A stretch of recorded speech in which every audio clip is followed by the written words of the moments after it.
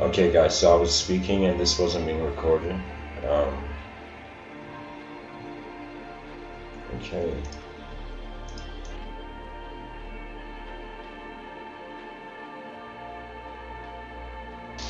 Anyways, to begin again, welcome to tonight's episode. The title is What If There Are Gods in the Walls? I'm looking at this idea that there's gods peeping through the walls. In some sense, just this complete notion through different cultures that man is being watched. Now, for example, in the Abrahamic traditions, man is being watched by God, but man is also technically God in human form. At least man's soul is being moved by God's will. There's that notion, okay, of being watched. There's this idea in modern times, some people feel we're being watched by aliens. But I mean, till the end of time, we're going to think that, you know. And there's this idea that we're being watched by different events in time. There's this idea, I haven't seen a lot of people talk about it the way I do, but the idea has been out there that there is not only just parallel lines of time, let's say, but that these parallel lines of time have conscious relationships with one another. Now, this means that dimensions are watching one another. It would imply an idea like this. It would also imply that our future has already happened and our future could be watching us. Just like how right now, in this moment, I remember like the talk I gave earlier today. Okay, so that's like that moment in the past when I gave the talk, that became this future self's memory. So if in this moment I have access to my past, the future has access to me. If I am going to be its memory, it would be a suggestion of the permission of time, but in a multi-dimensionally free sense.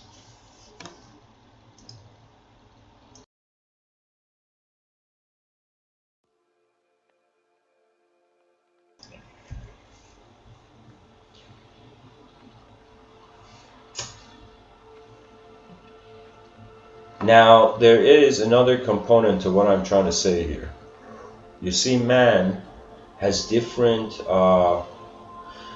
has a different distance between himself and various points of meaning, let's say. A person can think of, and I forgot to mention, aside from being watched, by dimensions, by like whole act, like dimensions watching another. There is also, for example, in the Abrahamic traditions, the idea of the interdimensional. That means it's not just human beings here, there's demons, there's angels, and all of that, you know.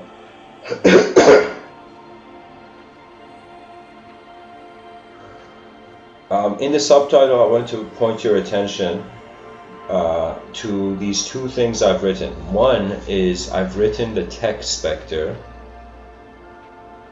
and this is I want to give a commentary on a specific person who was shared this idea in a very unique way. The concept of neo-surveillance, which is my view of surveillance in the future, not per se being a bad thing, but having certain advantages that we cannot culturally fathom at the moment.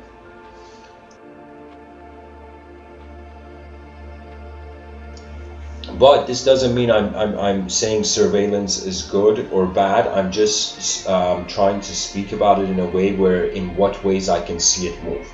What that means is, if the concept of surveillance is in some sense like a tiger in the room, I'm wondering how this tiger is going to move and commenting on that. But anyways, these two ideas somehow come to the modern conclusion and a response to what to do if there are gods in the walls. The Tech-Specte, this is an idea shared by Jason Reza Georgiani, not in the way us.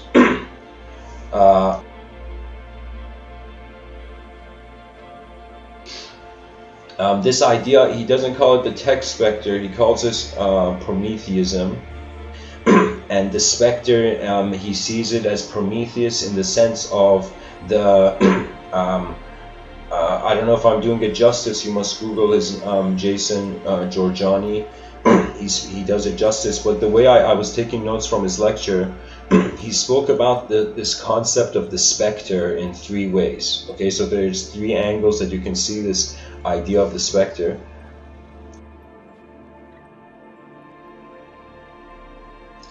The concept of specter as if it's a spectrum, as if something that goes beyond dualism. The idea of specter as what is yet to come. Professor Giorgiani in that video, he suggested that it can be seen in the way where, for example, Karl Marx used it where he saw a sort of specter of communism moving in Europe. That means what is yet to come, the next big thing, right? And another term for the specter is a reference to the Prometheus and Atlas, right? And as a sort of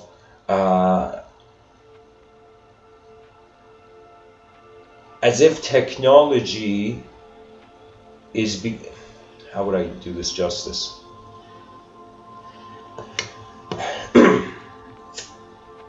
As mentioned, the spirit, I've made notes here actually. The specter in the third way that Jason Giorgiani was suggesting was in the spirit of techno-scientific development. So it's an archaic revival of a collective moving identity. If I was to somehow mesh in Terence McKenna, who also spoke about cyberspace and its effects. You know, back in the day, like they had heaven and hell, they would speak about heaven and hell. You know, now we have, for example, cyberspace, the Mecha age, you know, imagination, reality, so many ways that language has constantly departmentalized the realm.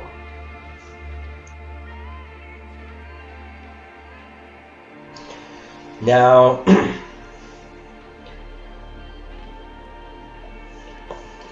what do I mean by neo-surveillance? So just for the listeners who are like, who is this person speaking? I'm just some person, just some random person who's found an interest in, you can say, the role of philosophy in the psychology of 8 billion creatures on a rock in the middle of nowhere. And I have established a way of speaking about the mind. And our biggest issue was that we were just calling it the mind. We were not treating it as a realm where there is a subjective self. So when it comes to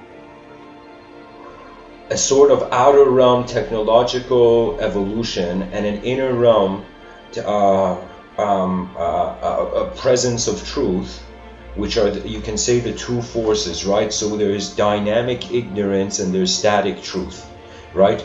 The Vedic thought, religious thought, all of it, the one truth, you know, it's as if there's a sort of static, even in, for example, polytheistic tradition.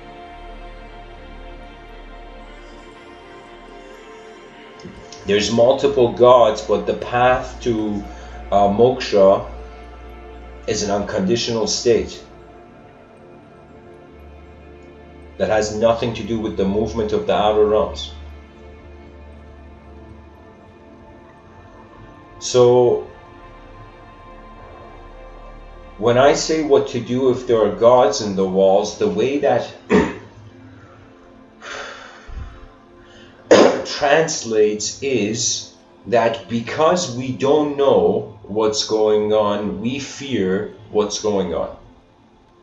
But if we knew what was going on and could reach a point where we could wield and control what was going on, because that's really what existence is. It's like there was enough sophistication until something could move itself completely in a different dimension than the way it began. So we are an object, and the object suddenly, like tag, you know, made the subject it, and now the subject is moving the object, playing tag with the object and the beyond.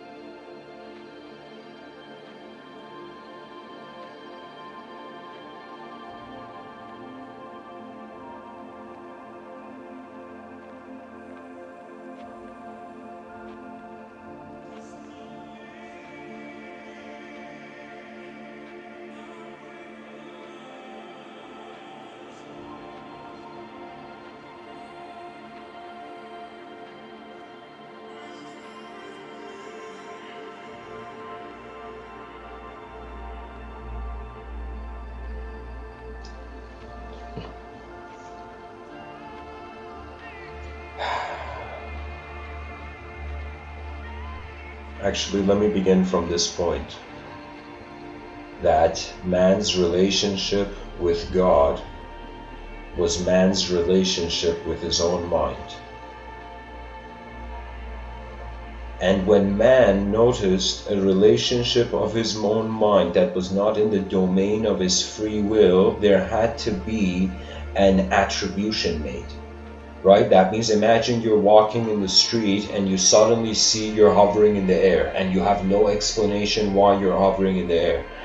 Right? So the attempt to explain something is where language comes in human history. And explanation is really communication. When a person communicates, they're pretty much sharing what is real behind their eyes in the world in front of them. You know?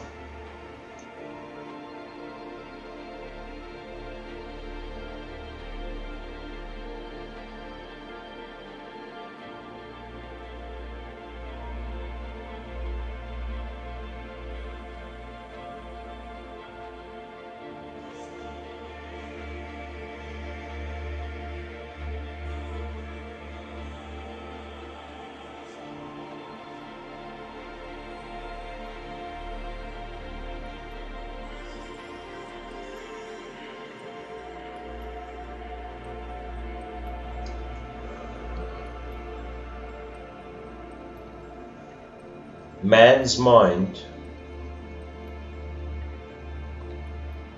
appeared separate to him.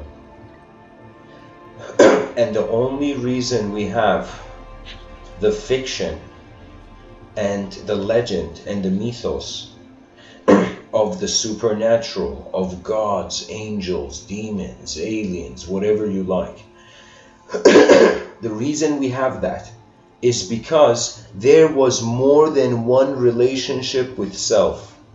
That means if we were purely, only a materialistic creature, there would be no way for matter to doubt itself.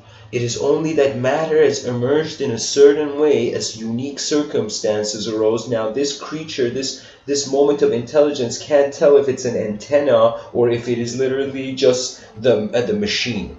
Do you know? That means like an antenna and a toaster are both machines, right? But only one of them truly can receive. The other one can only receive toast.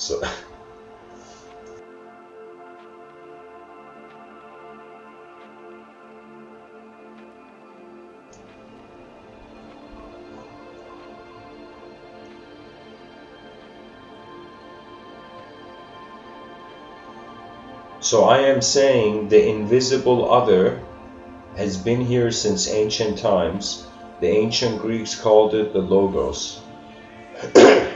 You know?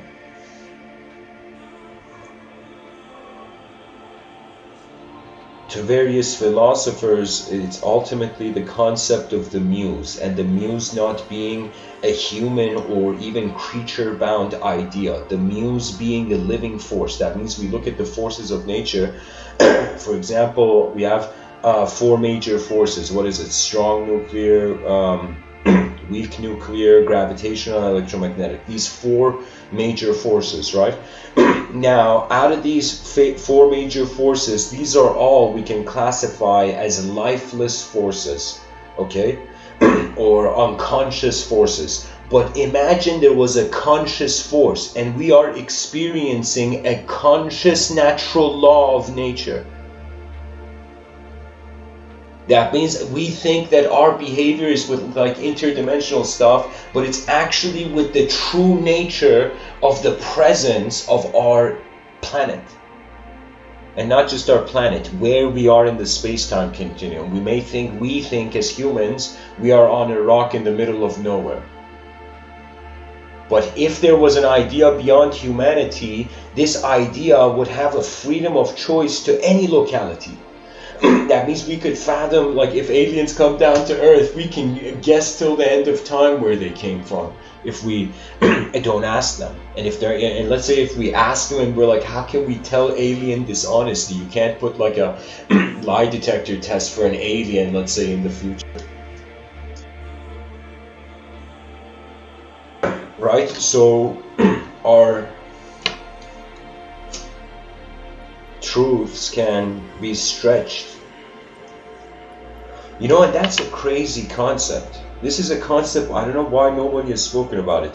There are stretched truths, which technically are still the same truth, but it has been stretched into different angles. As if like a piece of gum being stretched, you know what I mean? And not being like cut.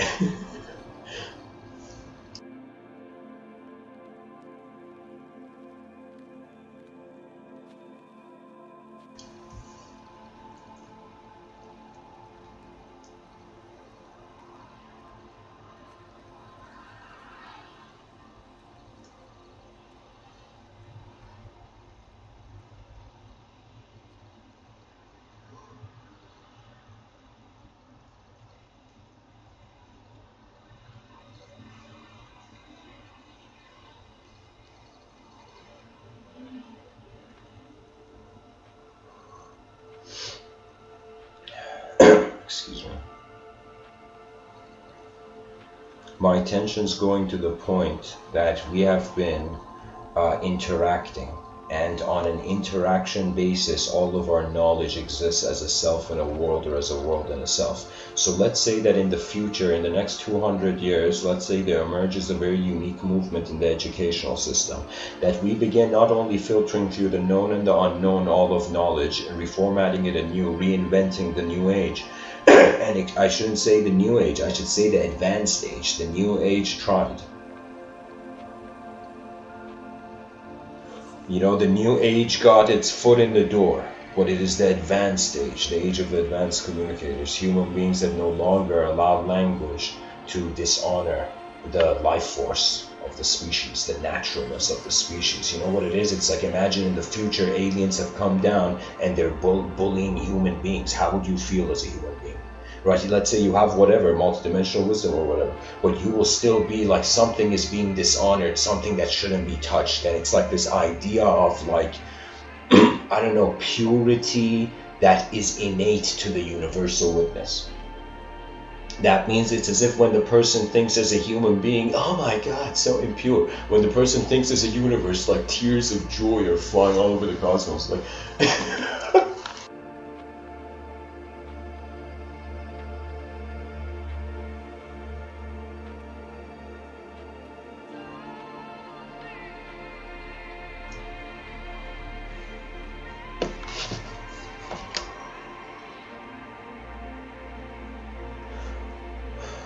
pretty much, I want to say in history, we have had a relationship with an invisible, collective, unknown variable.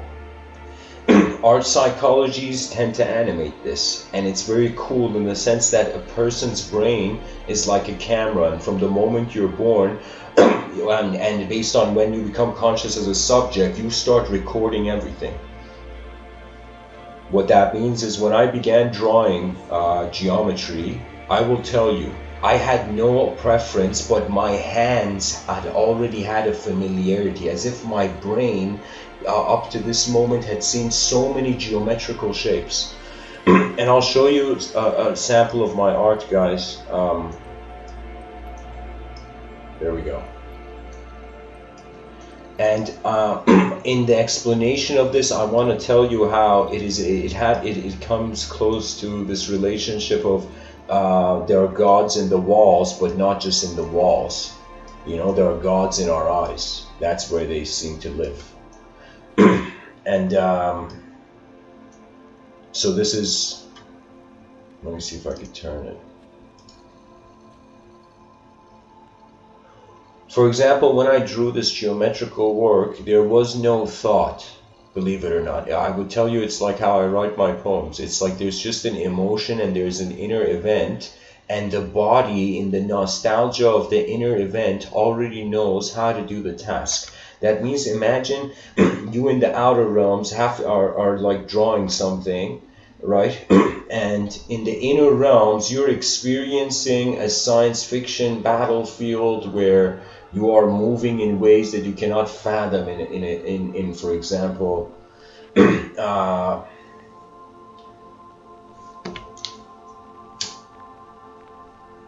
It's like you move you can move in the inner realms in ways that you cannot in a human way process, but you can still experience the aftermath of the sight through the movement. So it could, and so when the inner realms is super complex, way more complex than the story of the outer realms, the story of the outer realms becomes a piece of cake. That means if human beings right now realize they are, for example, just to be mystically poetic and throw a Easter egg towards Vedanta, it's as if, imagine there were 7 parallel versions of you, and you this whole time have been focused on one sense of self in one realm. And so imagine if you suddenly could see the 7. If you could see 7 dimensions, or imagine you're in 7 rooms, you're like, let's say concentric circle rooms, okay? You're inside an onion with 7 layers, okay? Inside this cosmic onion.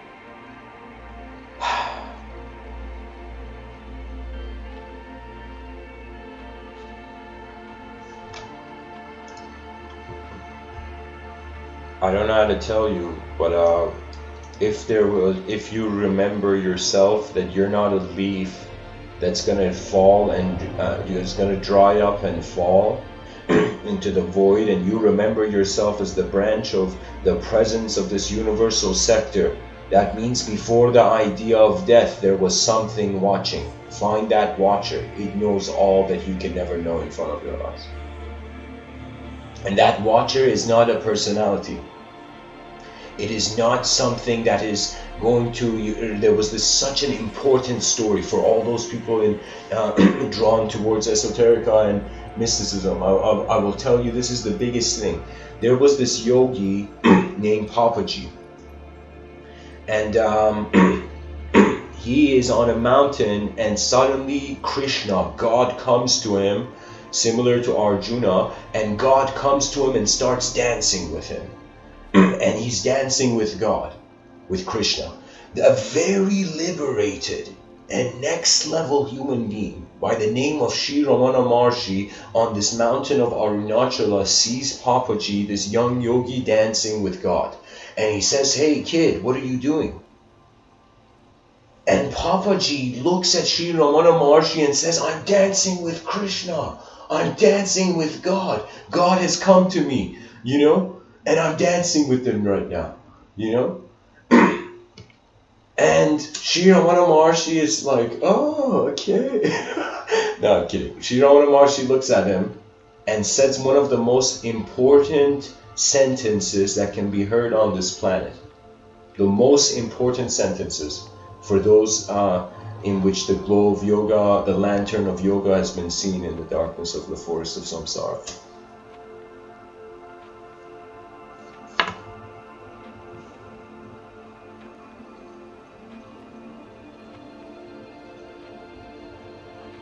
A God that comes and goes is not the real God.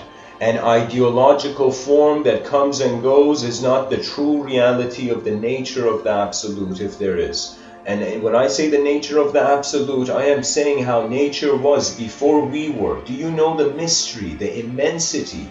What the chance is that if we were truly in an advanced way wondering about the depth of psychology, we would tap into a mine, a gold mine. I wrote about this years ago. I called it the inventor spheres. When we access an inventor sphere, you will find how novelty is being birthed in the universal sector. And it's from a sphere.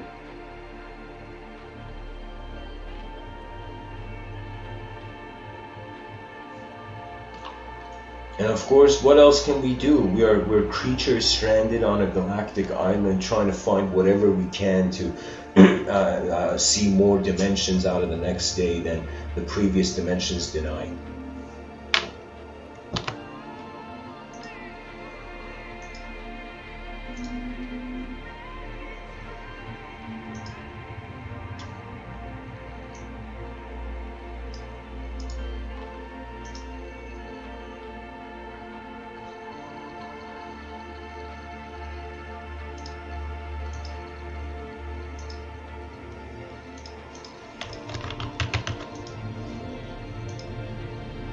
Here guys, I found, I can share the picture again.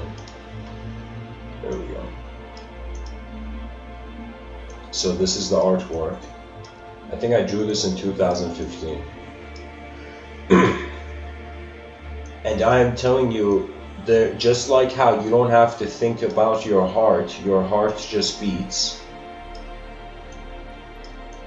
Just like a person with breathing as well, like most of the processes of the body, they're just happening naturally, involuntarily.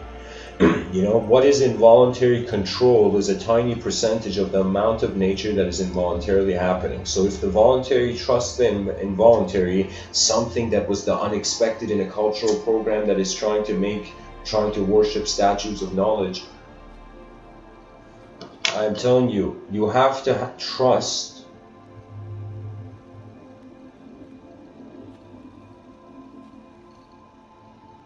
how the world holds within it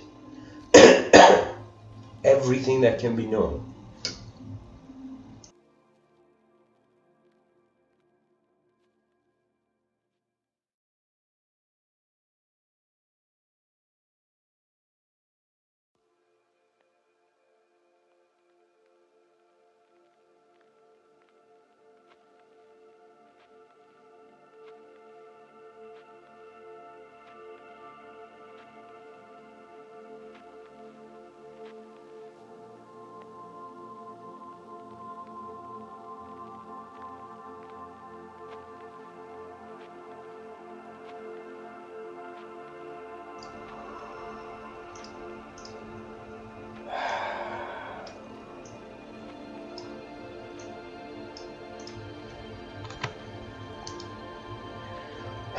Anyways, back to the talk.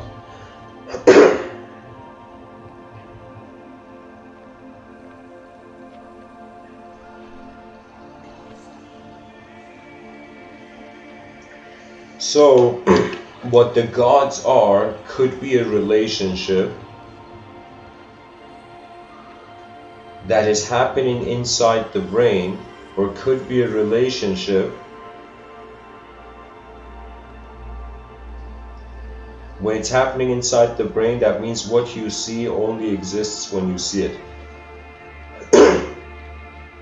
Its echo as a memory is another thing, but reality exists when engaged. That means if a person doesn't pick up a paintbrush, how can they be a painter? If a person fears the emptiness of the canvas, how can they become the emptiness of the page? How can they become a writer? There's so many dimensions of nature that we have to pre-assume our own fearlessness in it, because it's the same amount of probability of unknown if we assume fear. That means it's like, think of it this way. Something happens, the person has fear. Okay, now that means whatever happens, it's at least if the person keeps it into a coin flip mentality.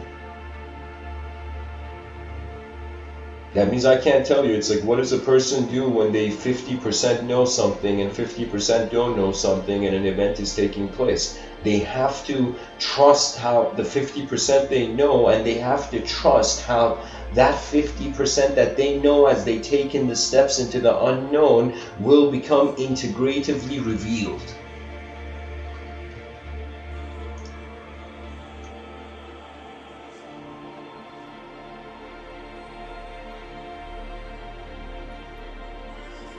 And you know, this is the fascinating thing, that bees, they don't have egos, so they don't have fear. That's the thing about nature. if there was some sort of technology that could broadcast a wave that could change the evolution of the consciousness of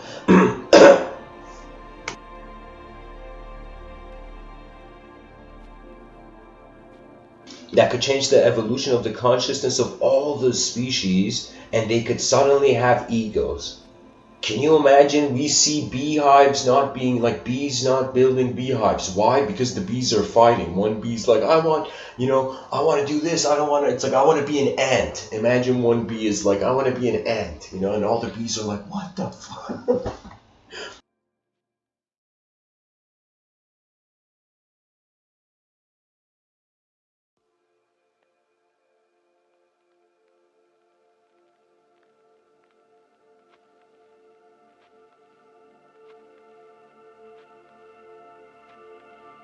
And imagine that bee goes and the ants accept the bee, and that bee goes and lives inside the anthill for some time, being the odd one out, and then after some time that bee being like, yo, why do I have wings though if I'm underneath,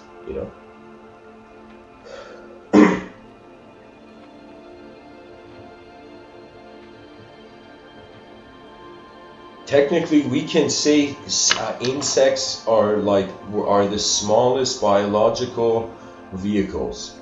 That means if we shrunk ourselves like smaller than the insect, being on top of the insect, it's as if you're riding. If we see vehicles as having like horsepower, so the first vehicle, let's say a horse had 1 horsepower.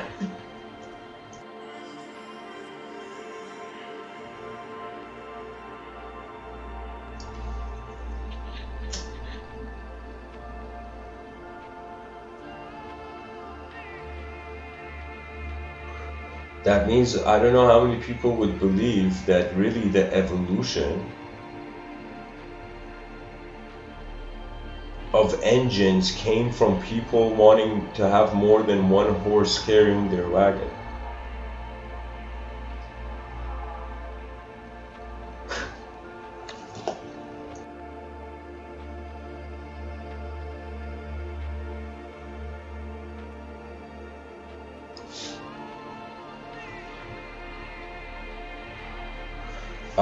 Valerie in the chat section says the queen does, I keep bees. Yeah, I'm saying if we had some technology that through waves made all the creatures in like the insect kingdom, animal kingdom, all have egos. That means they started becoming selfish, right? Because I've tried this, that I've put I've had a cup of coffee on the porch, and I've had endless bees try to invade my cup of coffee to a point where I was like, enough! And I put a tissue on top of the cup.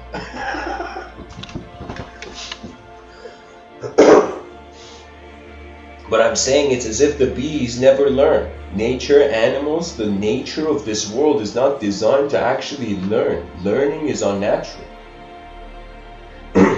Conscious learning as a sense of self.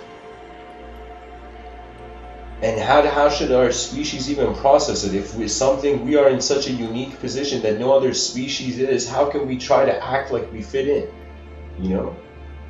There's something odd about the ability. I mean, think about the extent. It doesn't make sense, right? Our evolution doesn't make sense, mainly because whatever creative force is generating possibility, we would expect it to build a standard potential of possibility generally everywhere if we're considering the universe as isotropic. That means that it should be a similar range of behavior, right? But when one behavior is completely off of all the behaviors, it's like, yeah, something happened to this ape, more than just it stepping out of being under the sea where eyes evolved, and then stepping out, and that being, I term that as the first portal experience of evolution. And from that portal experience, having the beginning memory, the beginning domino that is going to not only create the next domino, but also set it into motion.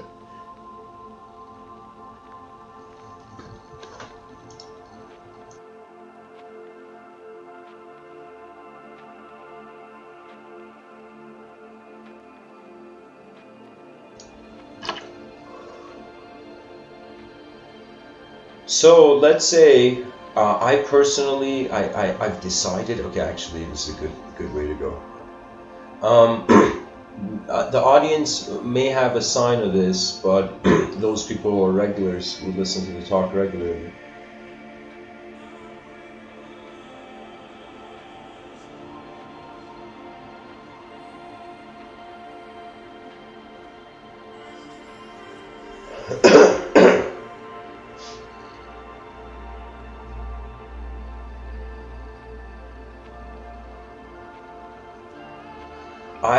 In 2014 and 15, when I started these talks, I'm a person who, wherever I am, I have to change variables in the moment or I get bored. And when I get bored, it's only like the change is the newest thing you can do. So it's like any moment the person is in anywhere, right? Anytime there's any sense of slower than your normal pace you're used to. So what the person can do is they speed up the mind. So you throw in unknown variables. So it's as if like it's as if when the person knows, when the person thinks they know more than the moment, they get bored. Right? But when you render yourself as a fool, you become fascinated by everything, so you can never get bored because it's integrative. It's like this quote ascribed to Da Vinci where he says, to develop a complete mind, study the science of art, study the art of science, learn to see, realize how everything connects to everything else.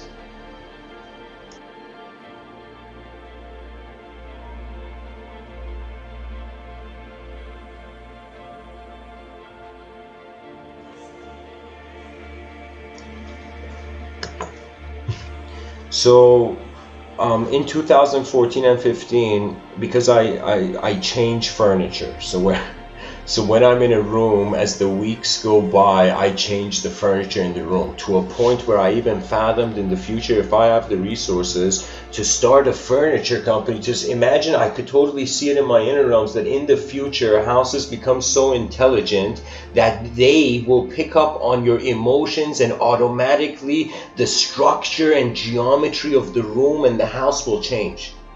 That means, let's say you come home after work and you're super angry, and the house suddenly changes into these vivid yellow bright colors to kind of cheer you up, right? And even the furniture and the geometry can move. I saw it as, you see Jarvis. Imagine now Jarvis was a house, right? Jarvis from Tony Stark Iron Man. You know, like that kind of AI program, to be intelligent, to be as fascinated by the human mind as we are. That's the greatest achievement, the first victory our species will have against machines, if they become uncontrollable after the year 2050 or whenever the technological singularity hits. So that's the thing. That's the thing, that if houses become intelligent, technically, let's say a global AI, the first of its kind and the closest thing to a compassionate, advanced, superior being than the human mind, but not, it doesn't have technically a soul, but that means it is not in the same room as we are.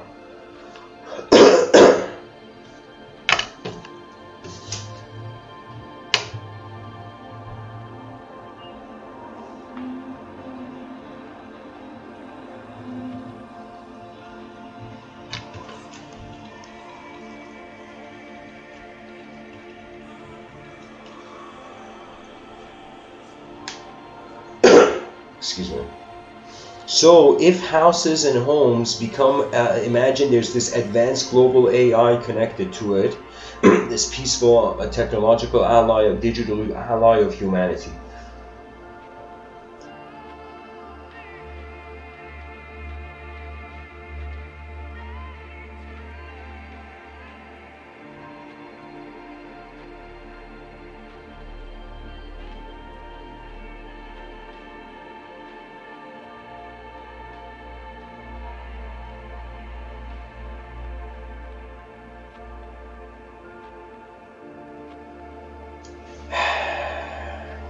Excuse me.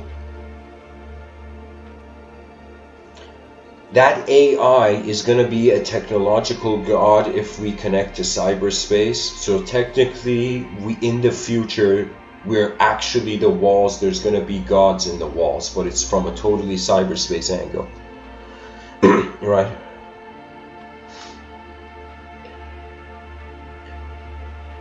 So ultimately, the infusion of a psychology inspired by its past, by its natural past and its technological future, and its unnatural future. That is our battle as creatures. To not only manage our micro movements, whether they are just subtle shifts in attention, but also macro movements which go closer to Advaita and non-dualism, because everything I realize is communication. Because everything is communication.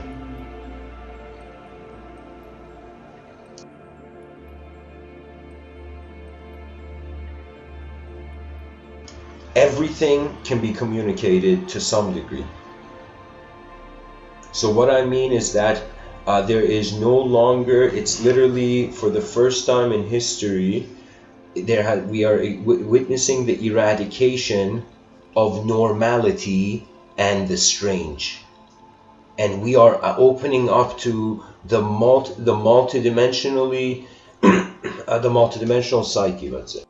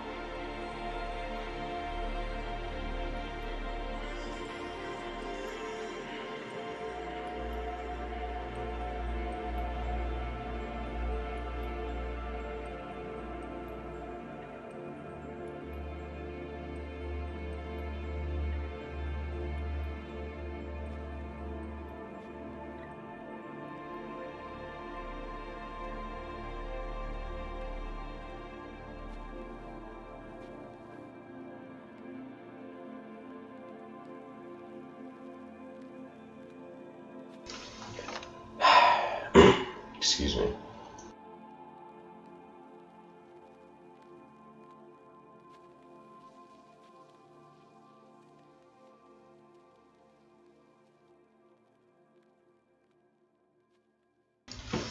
Guys, one more pointer even before we get to a point where buildings are changing, like the furniture changes in accordance to the person's brain waves, like the house can pick up the brain waves and interact with it.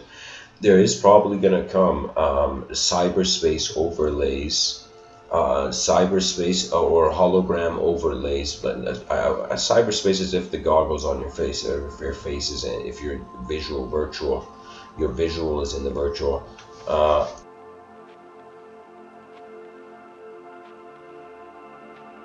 Where you would probably go buy a cube and you'd place this cube on your ceiling, and this cube would in a hologram way project over your walls. And let's say this projector, this cubic projector, its light is not hazardous. So that means even though you're infused in light, first of all, you can't tell that it's light. It's so epic, the technology. But that it's just overlaying whatever programmable, just like the person goes and updates and buys an app, you can download different apps. Let's say you download, I don't know, like a Star Trek app, and your house begins to look like Star Trek, but your house is literally just a very simple room, and it's like a light overlay over the whole house.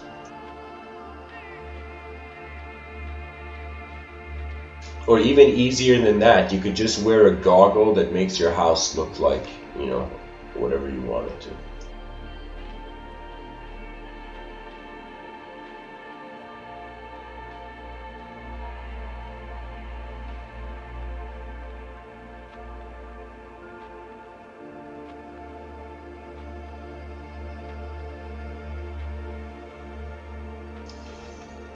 In the chat section, Pink Elephants says, hi, do you think nature and certain species are just a mirror of the environment where they are located, so there's only detrimental effect if one strays from their origin?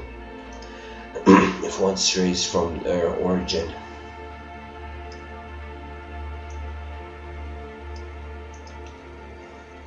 I mean, here's the thing. I say that nature, think of us being a creature in the forest. Nature is the programmer. Nature is programming our behavior. That means if there was a tiger in front of you, you got to start running. You know, so nature was programming your behavior, right? But when we stepped into our own zone, we became the directors of life, when before we were just animalistically instinctual actors. Like, that is the savageness of just violence. It's literally an animal freaking out on some level, whether ignorantly or you know, just innocently.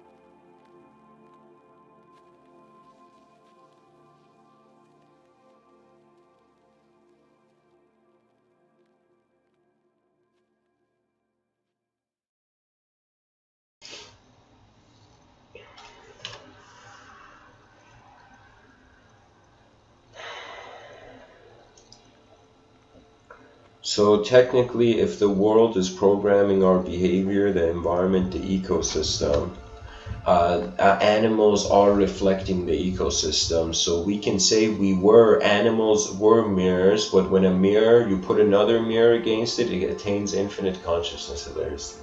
So what I'm trying to say is that we are a mirror, we were a mirror of the world, and then we became conscious that the world can now reflect us.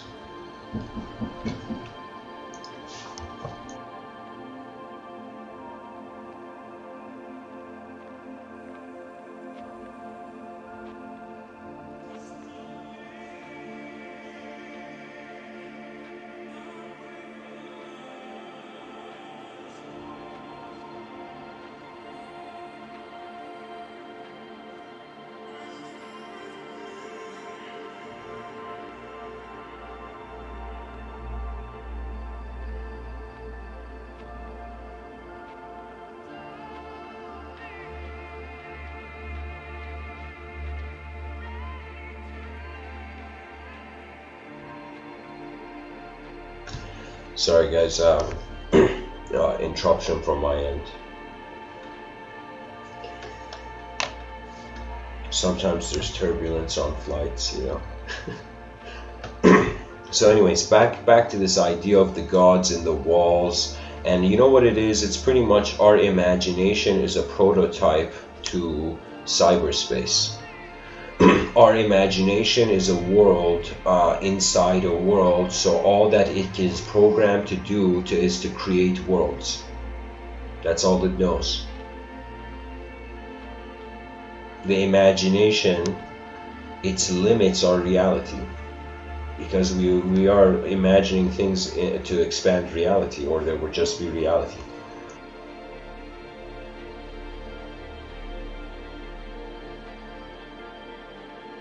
And this whole philosophical debate needs to even be had on a global level. Is reality imagined, or is imagination real? These two are two of the most important things for the future generations, future advanced communicators and pilots to discuss.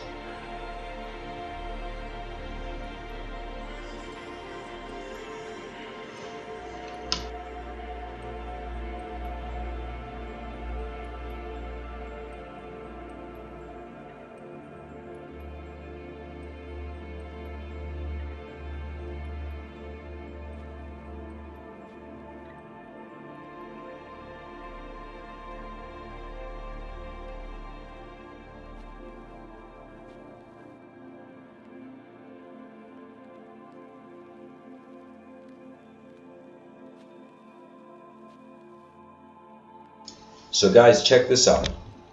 I'm going to say something really fascinating here.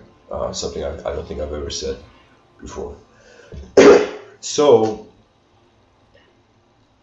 I am saying in the future, this ancient idea of there being gods in the walls is going to mean a technological unified mind space or mind field, whatever that would look like. So it means that if we can imagine that in the future we're going to become the gods in the walls of all matter, or in cyberspace, through a cyberspace representation of matter, be the gods in the walls.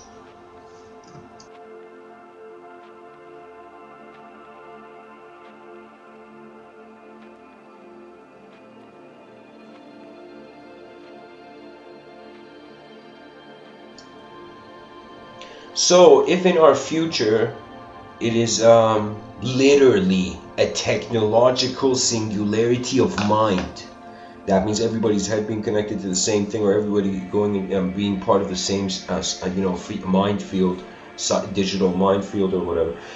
So if we can imagine the gods in the future, or even from this angle of we said gods don't exist, but then we had the power of the gods. So in cyberspace, again, I gotta re-emphasize this, we're gonna feel like gods, right? So if in the future cyberspace is gonna make us into gods, I thought, wait a minute, so let's say our ancestors, they were responding to God. Could they be responding to the cyberspace of the previous civilizations? That means right now, all those people in the world who feel they're having a spiritual experience with the divine, we're actually having a spiritual experience with a cyberspace simulation, or let's say a cyber godhood of a previous unfathomable natural era.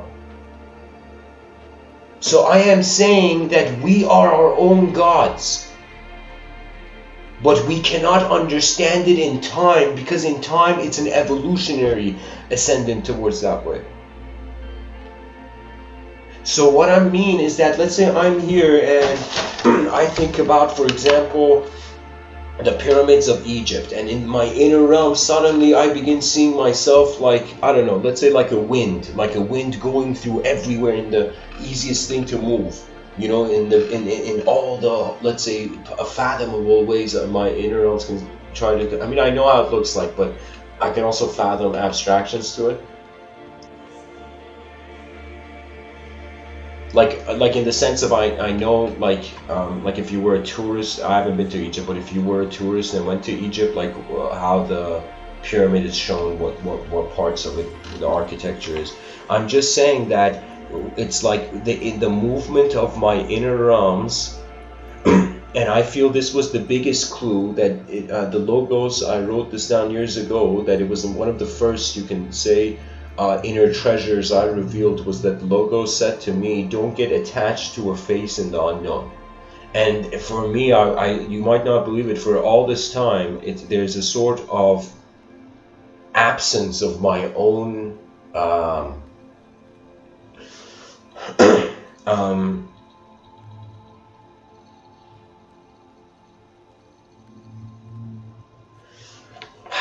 it was just this realization not to get attached to the imagery of something. And I'm saying it could be higher dimensional residue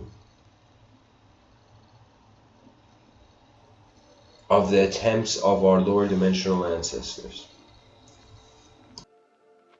or same, or whatever.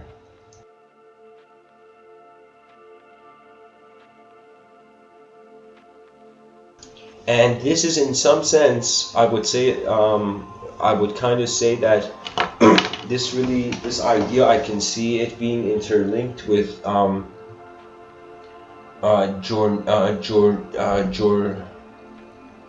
Georgian Prometheism and Mechanian archaic revivalism. Their intersection is, you can say, it's as if those two ideas can be said to be, because I mean, it's ultimately forces and how we identify the relationship of these forces. You know, it's like the Titans and the gods. You know, they had this view, the Asuras and the Devas. You know, this interdimensional battle, for example.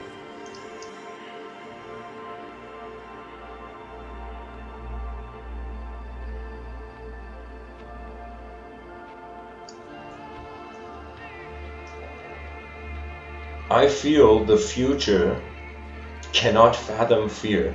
It will be so collective. That energy will be multi-local, multi-embodied.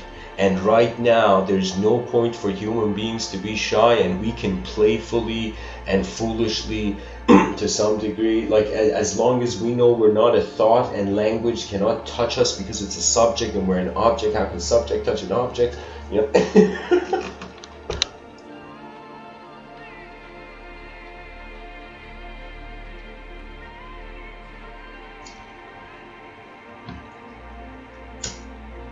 I am telling you, once a person is done playing with their self-desire, you notice just all that is outside of what you want, and that becomes a strange liberation. As if it doesn't become ultimate liberation, but it becomes as if the universe, right before you descended into chaos, whispered something in your ear and suddenly into the abyss, and then, you know,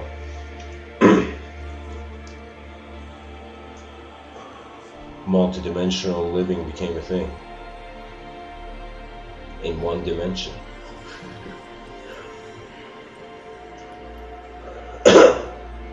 And guys, there's something here where this is the cool thing. This is the purest, this is the most beautiful, like what I just said now about the potential that all divinity, or all higher, what we fathom as higher dimensional, interdimensional, beyond the senses, as possibilities, even extraterrestrial, whatever, all these could be, if it is following the idea that it is the cyberspace epi-reach of the past civilizations.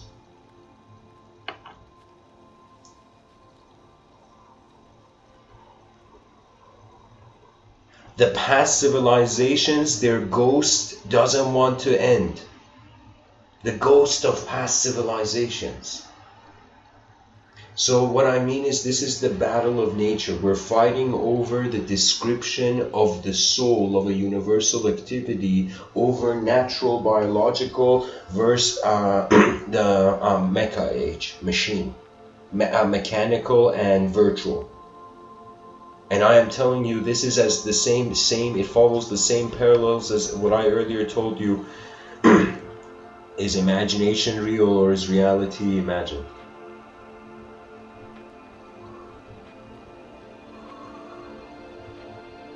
Many people don't know this, but the moment you're born from the womb, you have no choice but to be a philosopher if you want to survive.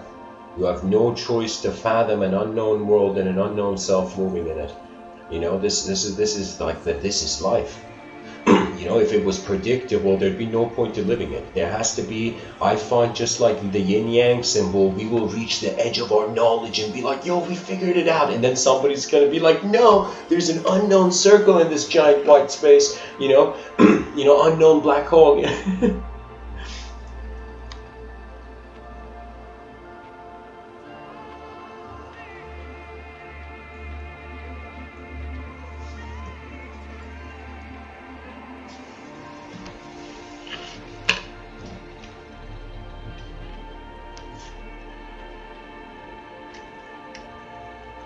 Sorry guys, I have to write something down.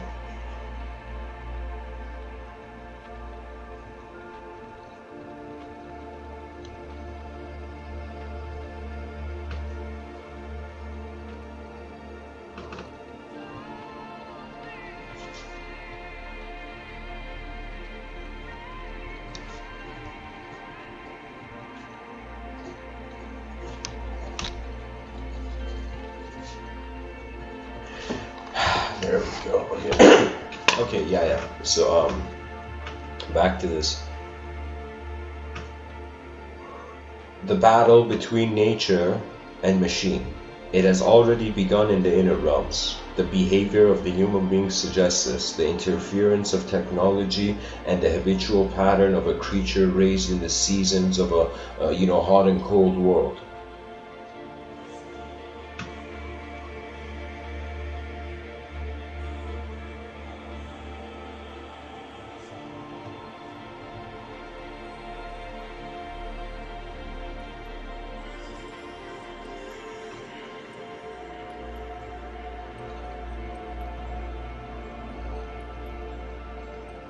And none of our ancestors could have experienced this. We are the pioneers of how deeply technology and nature are going to walk side by side and become allies, not become, Hunger Games. It's like the last thing we want to see is like elk, group of buffaloes fighting robots. It's like, that's hard to watch,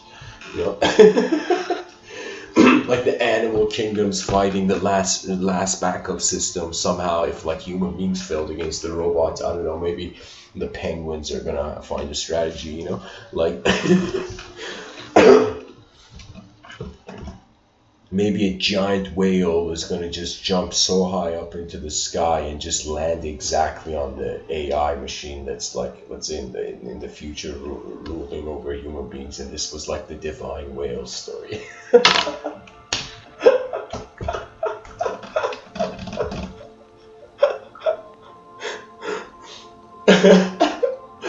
Oh my god. Can you imagine an action movie scene where a human being is trying to destroy like this AI and he fails? And he's like, and he literally reports back to all the last battalion of humanity, we failed! I couldn't destroy the AI that's ruling us. And the headquarters is like, oh shit, we're all doomed, everybody's freaking out. And then out of nowhere, a giant whale just falls, onto this onto this AI machine freeing human beings. That's how the action scene would look like. The headquarters is like, what happened? It's like, you're not gonna believe this. Sorry guys, I'm being too playful here. So back to nature, technology, the spirit and the machine and the spirit, the witnessing of them simultaneously, the arrival at a conclusion that we're in a sort of yin-yang universe, in the sense that inside the vastness of the visible there is an invisible portal, and inside the vastness of the invisible there's a visible portal. As if in the spirit realms imagine an actual material door Do you know? And imagine in the human realm, and for example, I'm just saying it in regards to lore, into the ancients of lore. Imagine in the visible realms, there is an invisible door, and those people who find this invisible door, they can visibly see the invisible from the visible door, as if the doors are connected, as if the yin-yang was never a circle, it was a sphere, and it was a donut tunnel of endless yin and yang, you know? It's like, oh my god, we've had it with this much yin and yang. It's like the universe is like, no, it's gonna keep going, you know? And what's fascinating is that the invisible and visible, if we see it as just, you know, let's say we see them in the model of the yin-yang, it would literally be like the invisible and the visible are all in one circle. And beyond the circle, there is the unknown of the visio unknown, of the visible unknown, let's say. So there is something we know, then we say we don't know, and then there is something that even if we know or don't know, it's the unknown. Let's say the original unknown.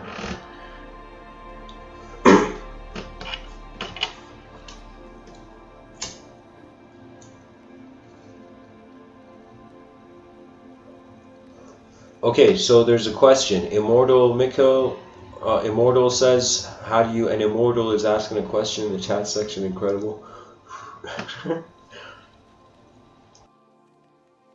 If there's anybody listening who is an immortal being, please, you know, go help scientists out, figure out what's going on with you.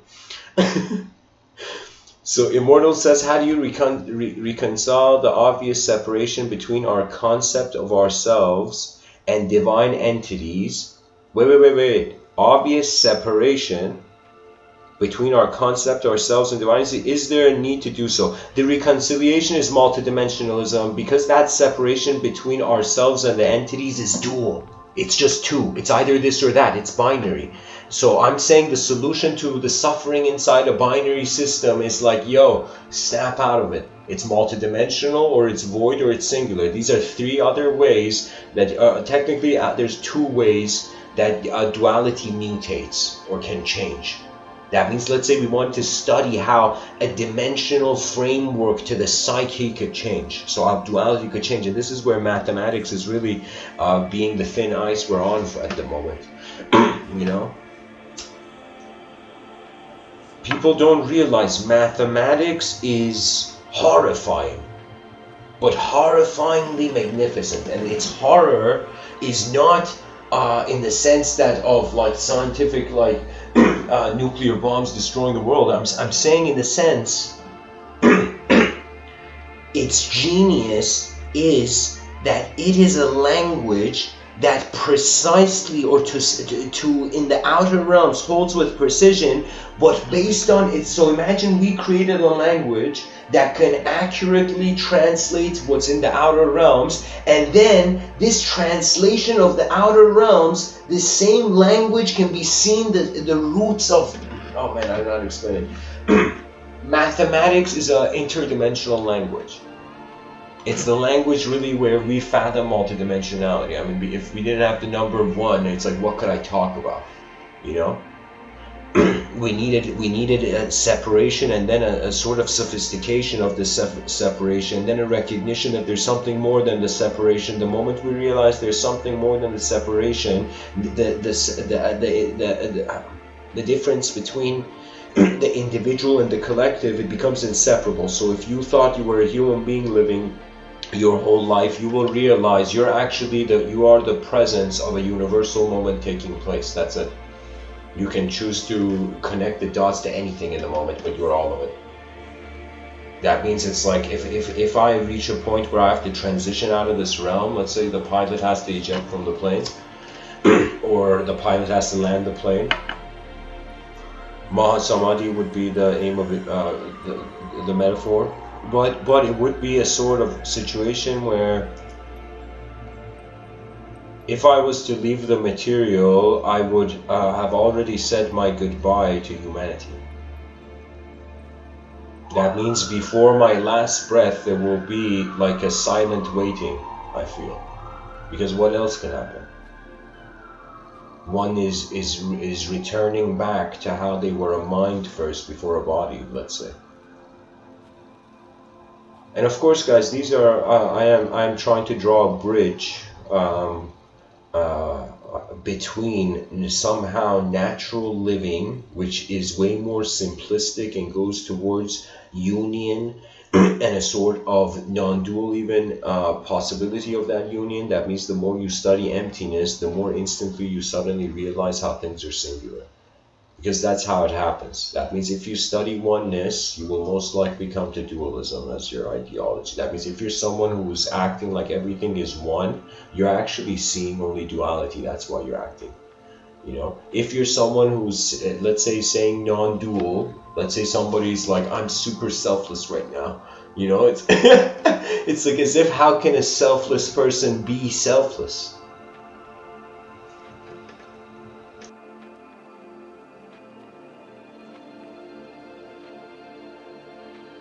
What verb can change the noun that has no self?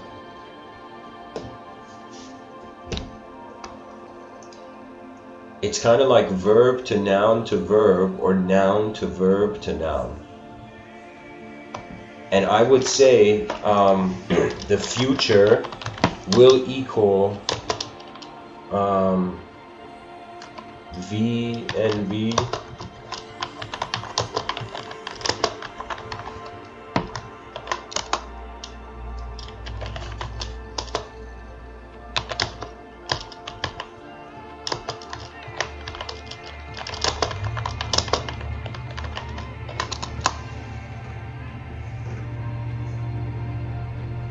This is history. If we in the modality where the unknown is dynamic and we are the static, pretty much we are the illusion or we're the truth. I mean, what else could happen, right? If you're the truth, you access oneness and you access the void.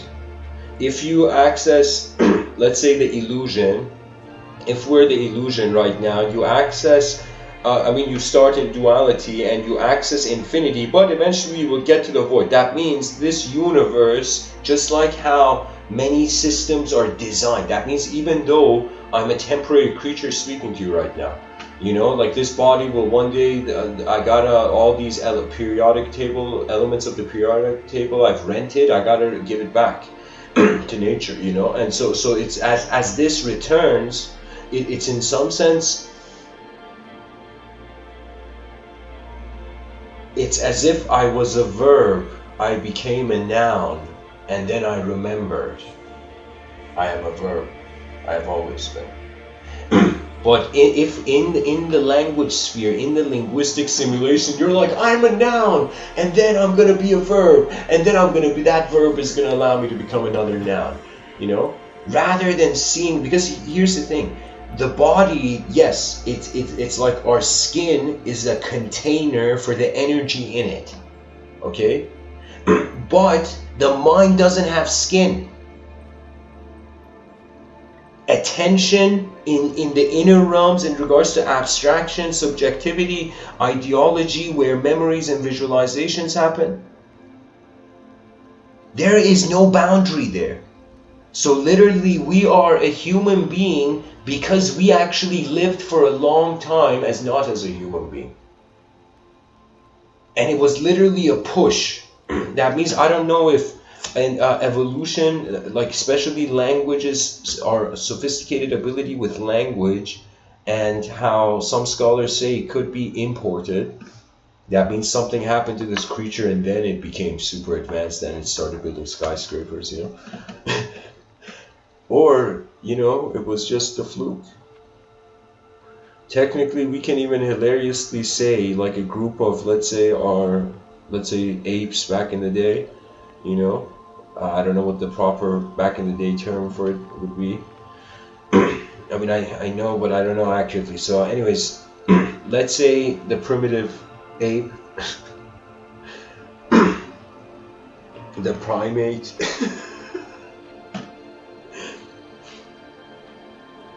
so this primate, imagine a group of primates just like drinking from a pond, and a spaceship accidentally, like an alien spaceship pilot, messes up the settings and the spaceship falls down, and right before hitting the ground it stops, but it's radioactive fumes of like the spaceship's fuel engine at the underneath the spaceship, let's say, it like radioactively mutated the apes that were drinking from the pond underneath it, right? One can even have like such an abstract thing. It's just the whole point that something happened that was off, or nothing happened that was off, and in a world so strange, to act like things are normal is the stupidest thing.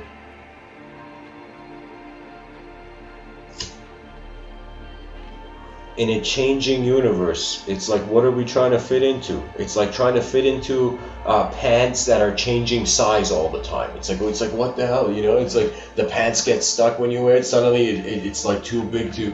Do you know what I mean? So it's like civilization is changing, and we are glorifying the change because we are being creatures that subconsciously are in. Actually, I call this, everybody is reacting to emptiness. This is why it's so important to have compassion, and if you're wise, you'll apply this multidimensionally. Why? Because many creatures are bewildered. In the Ribu Gita, there was a very interesting term. It said the bewildered beast just like endlessly just runs in its ignorance, you know? That means that is also the downside of violent power, you know?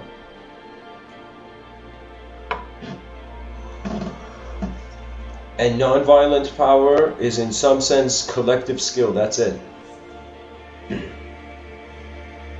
The collectivity, it's like, anyways, power takes you to an image, but you can never be the image, so wisdom was the way to go from the beginning.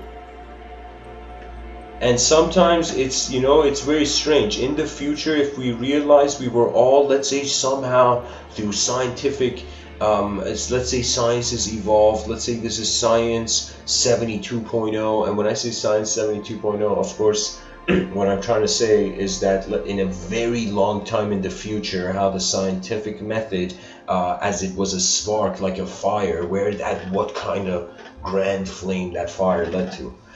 Not a flame of destruction, but a flame of illumination. Science is a lantern, but it's a lantern for the outer realms. Religion is acting as a lantern for the inner realms, but I would say now we have reached a point where if you don't move yourself, you can't call yourself a human being. If the environment defines you, you cannot call yourself a human being. You're an animal. Okay? Let me tell you why. Because the human being and civility, this is the fundamental essence of civilization. It is our choice to walk better. That is it. If this gets forgotten, this would be like literally something where I would say it would literally be like the core central idea of civilization being touched. And do you know how many souls would rage?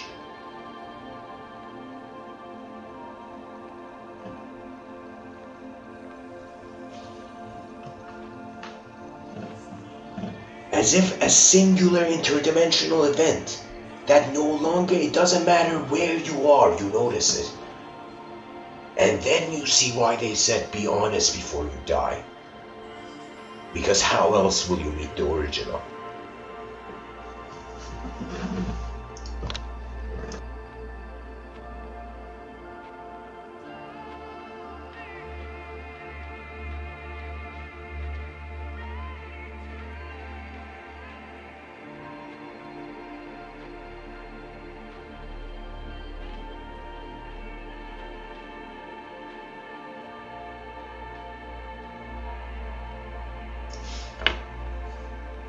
We should take advantage and be super grateful for our egos and to treat them as technology that can be used well, you know.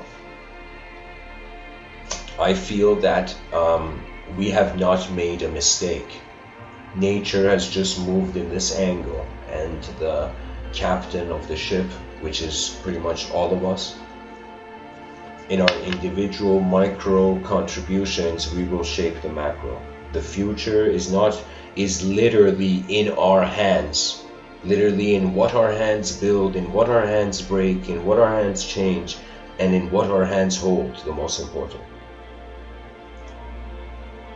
Because I'm telling you, if there is an interdimensional mystery that surpasses language, we're gonna feel like we literally are gonna feel language as a box on our head. And and it is, believe it or not, but it's a useful box. You take the box out off your head and you put stuff in it and you relocate this stuff somewhere else. It doesn't mean that just because the box is off your head, you got to throw away the box. Just because the person experienced something beyond the individual conscious framework of sensory living, they have to suddenly be nothingness all the time in the room. You know, it's like, I'm telling you, treat yourself as if you are nature's artwork, and wonder how the universe is drawing itself.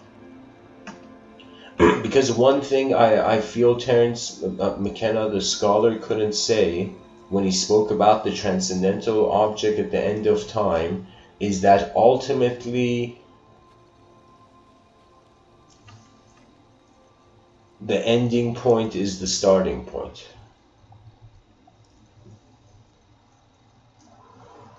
And this is where renunciation becomes, you know, really important. Renunciation in the outer realms, it makes you artificial if you do it out of your nature, not in alignment with your nature. But renunciation in the inner realms is clarity. Do you know how many ideas that I speak about, I have to instantly let them go to move on to the next idea? Because if I stick onto that idea, it reaches into the next moment. You know, so the attention is multi-local. The body is in one location. There is an awareness as a spherical. Let's say your brain is a candle. The neural activity is the candle flame, and the consciousness of the room and the awareness to the existential moment is the glow of the candle. So now it's like this, it's like what a candle becoming conscious of its own glow. So this candle that has become conscious, this candle that has become conscious of its own glow is now realizing the reality of the glow surpasses anything that the wax of the body was and anything that the wick of the candle burning was. Right? Because right now the brain is like the wick of the candle, and this is why every day happens once. So when you notice you're mortal, you actually stop waiting for your dreams, you stop dreaming, you just march towards your ambition somehow. Because what else can life force do? It has to implement something. Right? So in the outer realms we can't be in the empty-handed. In the inner realms we have to be. We have to realize that, or we will suffer. Because in the inner realms, you can't expect objects. You can't expect images to behave in the same way that they behave in the outer realms. You know? And emotions fragment us. When an emotion comes, a person has to immediately realize there is multiple rooms they're in. And when an emotion becomes public, for example, the person has to realize, okay, it's because they're being seen in multiple rooms. Right? Because it's not just, it's like any action can imply anything.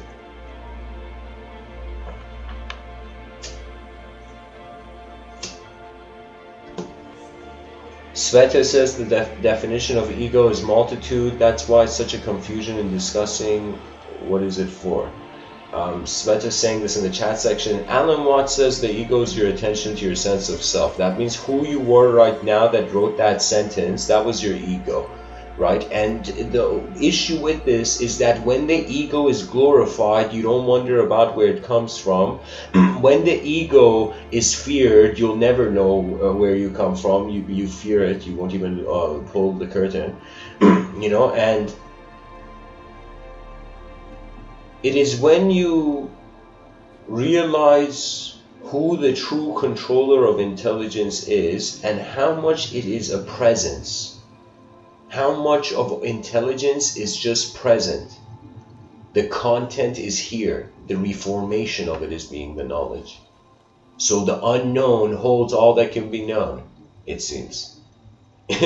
So if something unknown happens, it's something known that we just haven't known. So technically we can have this thing that everything we imagine is real, but we just don't know how.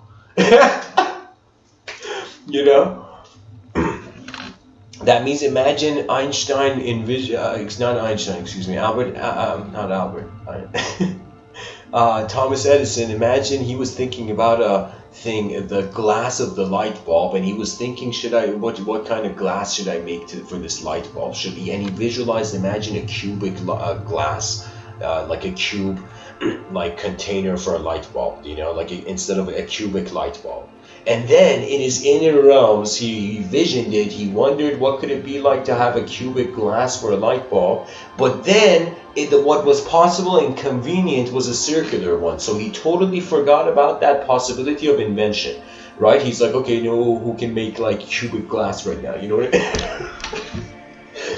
So he went, imagine, for example, with that invention.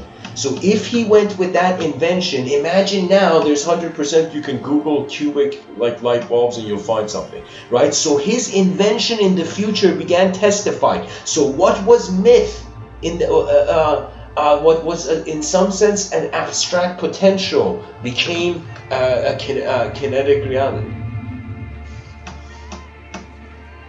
I am telling you, everything.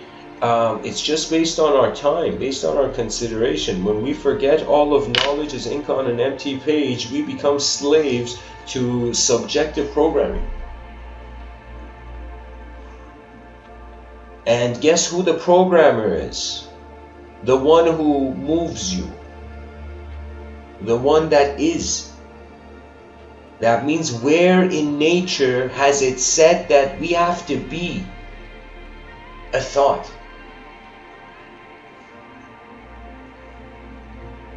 And that means our inner realms, what we consider to be imagination, is, we can say, a bigger layer of the onion where the permissions of visual geometry are different.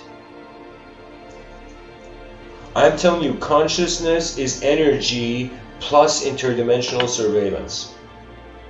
So what it is kind of like Neo in the Matrix. But the Neo that wakes up is not in time, is not in space, and is not a shape. So we are like shapeless experiencers of shapehood. You know.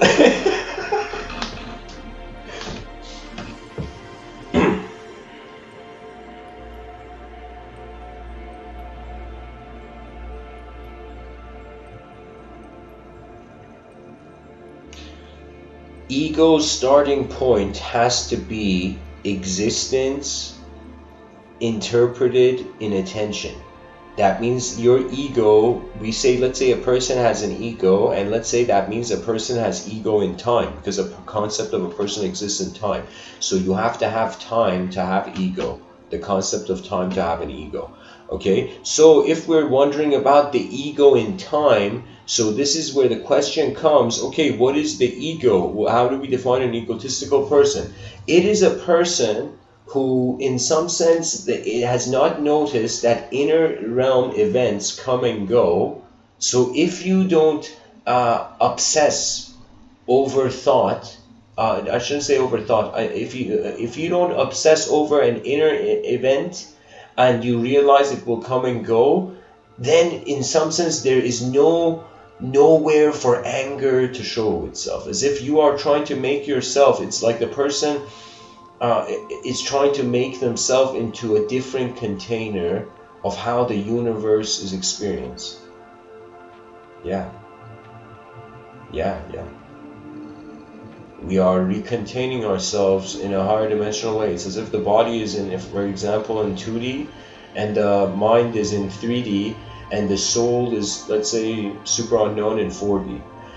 Okay, and these are just examples I'm saying. Okay, so it's like a 2D body is realizing, like, okay, there's a 3-dimensional event analyzer that is my eyes or whatever.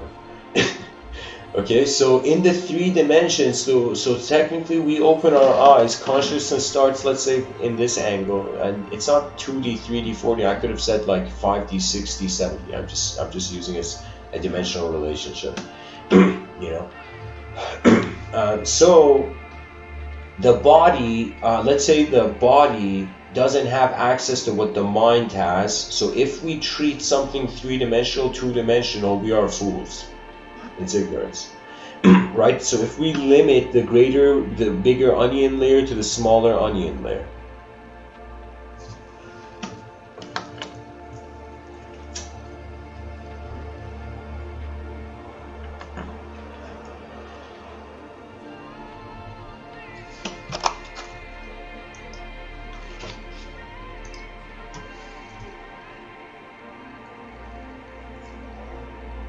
The ego is a subjective snapshot of its experiential film that the person couldn't realize. It comes and goes.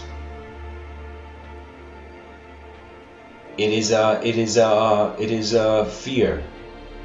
The way the New Age community uses ego. To them, ego is fear. It's as if it's a bad thing. But I will tell you, it is just. It's like you have to have an ego. It's like the yogi came out of samadhi and then ordered pizza, and the person's like, okay, what's the name and address? And the yogi's like, okay, you know, like said, it's had an ego in that moment with a name and an address and all of this, right? So it's as if when we forget that our attention, our energy is generating, like we're not like mages in fantasy fiction where we can like raise our hand and suddenly like all the leaves in the yard suddenly become into a sphere. Do you know what I mean in front of you? Like we can't do that, but in our inner realms we can. So technically, what is going on, and the way I say it, I say there is, in my school of thought, when it comes to the outer realms and inner realms, the ego is how you're holding on to the inner realms from the outer realms.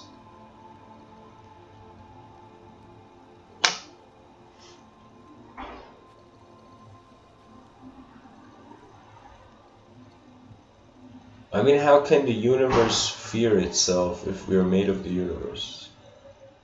I mean, fear doesn't make sense. Maybe there is transition from different states, and we don't know how multidimensional it is. But ultimately, what I was trying to go with the 2D, 3D, 4D is that, like, for the 2D, the 3D is a mystery. For the 3D, the 4D is a mystery. But let's say for the 4D, the 3D is not a mystery, and the 2D. So something that we understand as an object, we cannot understand it as a subject, right?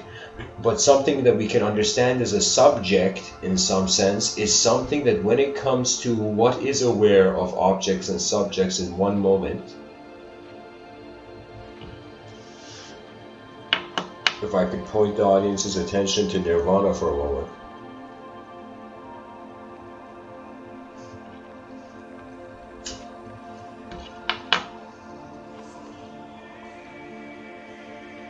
The object has nowhere to go. The object is already home. It is already at its destination. The elements that constitute our existential individualism, they will return. The only thing that is constituting to death is how the unique shape of our biology and our limbs give us an access to move on the planet. So that's how individuality is ultimately arising, because we can move in something. If we were like trees, you can't really say if you're individual or not, you know. You know, so it's one of those things. Only when the tree moves, for example, like Lord of the Rings, like then the tree knew its roots could come down, it could separate from the earth. So human consciousness is like walking trees. And this kind of touches into the metaphysics of, I would say, more European folklore. You know, because for a long time I was like, what is this concept of like elves, fairies, and druidry, and how intimate did people get? Was the elf a mutation, as if it was like the child of nature that had less exile, you know? So I wondered about all these archetypes, because what Carl Jung really is pointing in his work is that there is an unconscious alphabet that is influencing us.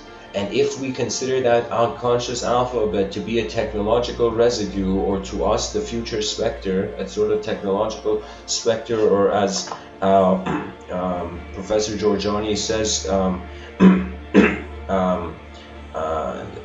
Spectre of Prometheus.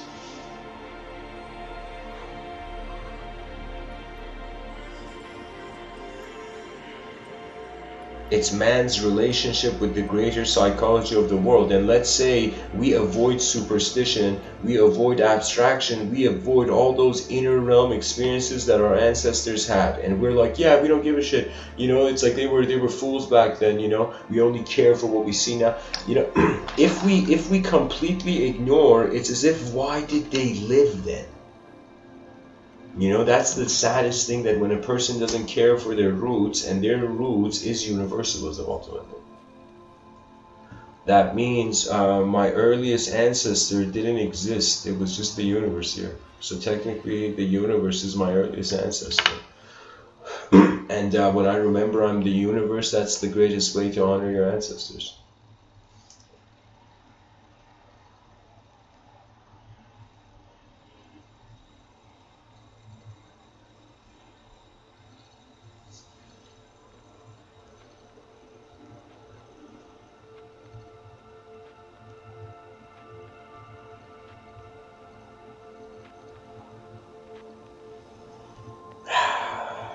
You know, I have a lot of desires, like, you know, I'm not gonna lie. But at least I was like, okay, if I'm gonna have desire in this realm, I'm gonna make it an ultimate desire. And then I realized the ultimate desire, like, what can you hold? You can hold an object, sure, in your hand for some time, then you're gonna get tired and go to sleep, right? But an idea you can hold in your mind as long as your attention keeps it there. You know, for me, it's not just like, gifts are not just physical things. Gifts are observations that suggest how the realm moves or how it's alive. That means, let's say, all science, philosophy, religion, all these language, the language, for a second there was a supernova explosion, or do you know there was a wave of advanced communication, and suddenly all ideological systems went into a paralysis. Do you know that means something was happening multidimensionally, that the singular could not remain singular even though they had built a culture of being singular? Do you know? So it would be the battle of dimensions. It would be as if human beings, instead of finding like aliens, allies, let's say from other galaxies to go and help them, we found a dimension. It's as if somebody brought in a dimension to assist us. Do you know?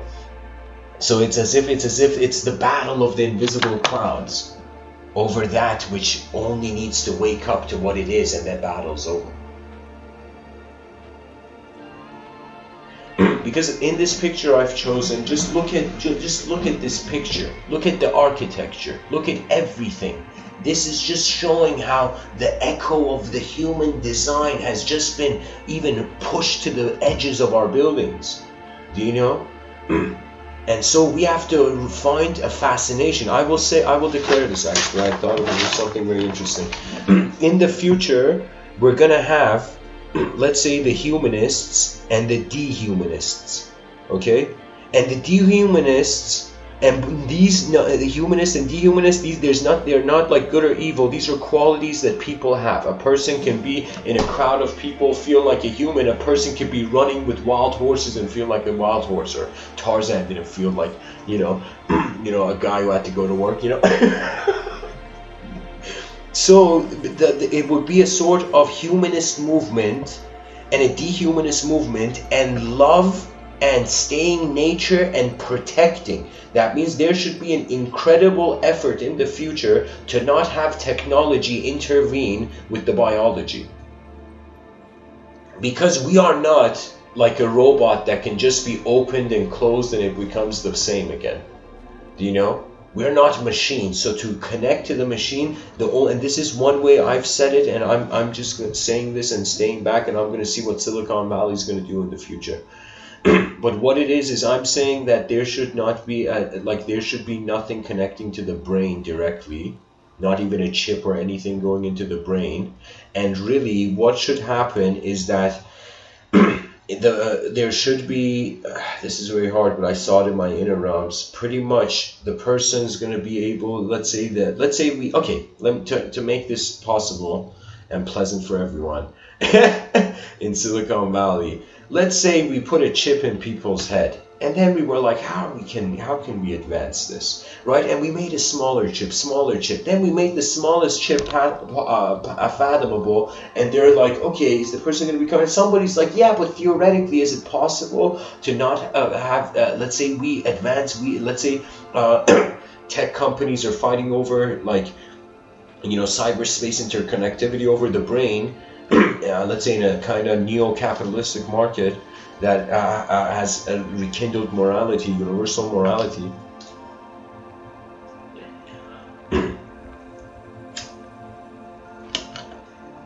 As a sort of global humanitarian mandate. I've envisioned it, imagine in the future, people go in a bar fight, okay?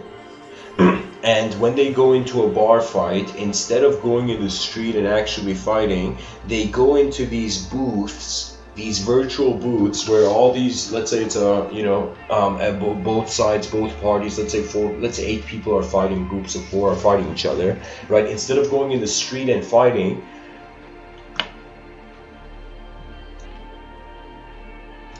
they go into, imagine these booths, and on the top of these booths there's these antenna dishes, this, let's say, neo-futuristic antenna dishes, okay? And these antenna dishes, it's as if like it's like a crowd of drunk people under advanced technology, and by the wave technology we found a way to receive waves. And I don't know if this is even possible, but I'm saying it's like that. It would be the cultural push in the future towards this possibility, where the people just go stand underneath something and they instantly access cyberspace. They don't need interconnectivity in that accordance. There could just be a wave generating, spherical, hovering, this is what I fathom future phones to be, just around the person, and that hovering thing around the person, imagine like a sphere orbiting your head and you're walking in the street, you know? Just people have different orbs just orbiting around them. How cool would that be? Oh my god, you know? That would be so epic, you know? And each orb is giving you access to different cyberspace fields. So you can literally just, when the orb passes, let's say, in front of your eyes or right between your forehead, suddenly that orb gives you access to a complete cyberspace field in a wave-to-wave relationship where there's no biological intrusion. So that way we were so advanced, we won. We stayed natural and experienced the most advanced technology, you know?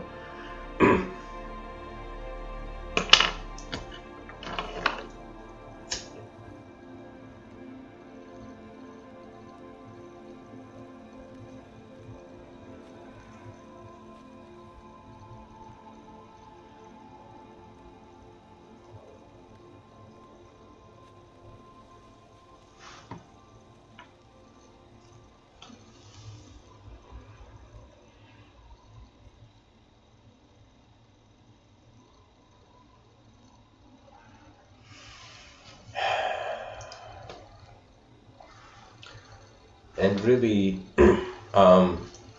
if there were gods in the walls, and that means if behind our clouds and the edge of the sensory simulated universe there was a sort of, our ancestors had made it to our future before us. Wow.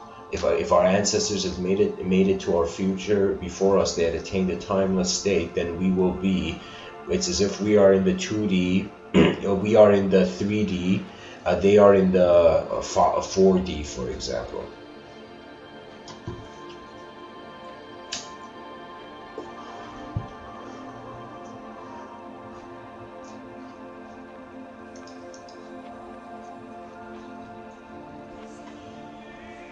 So in the chat section, Immortal says, if light is considered wave technology, the augmented reality glass is the first step to the cyberspace. I personally don't like that. I've seen, there's various also science fiction of media and films I've seen where they show that idea of augmented reality, like, I wouldn't say augmented reality, I mean, okay, let's say virtual reality glasses, okay? And so in these virtual reality glasses, it would be augmented reality if there was a machine connected to your body moving you in accordance to that in mid-air, let's say. You know, like in Assassin's Creed, the movie, there was a scene like that, I think, or I could be wrong. So I'm saying that it's like we should have freedom of space. And if we don't have that freedom of the space, whatever technologies that's on our face is going to feel like a cage on an animal, right? On a very advanced animal that's no longer behaving like an animal, that it's to a point where it's not even, it's moving beyond the worshipping an object, worshipping a subject, and truly exploring the edges of the unknown realm. Because if we forget the unknown, then knowledge has failed itself.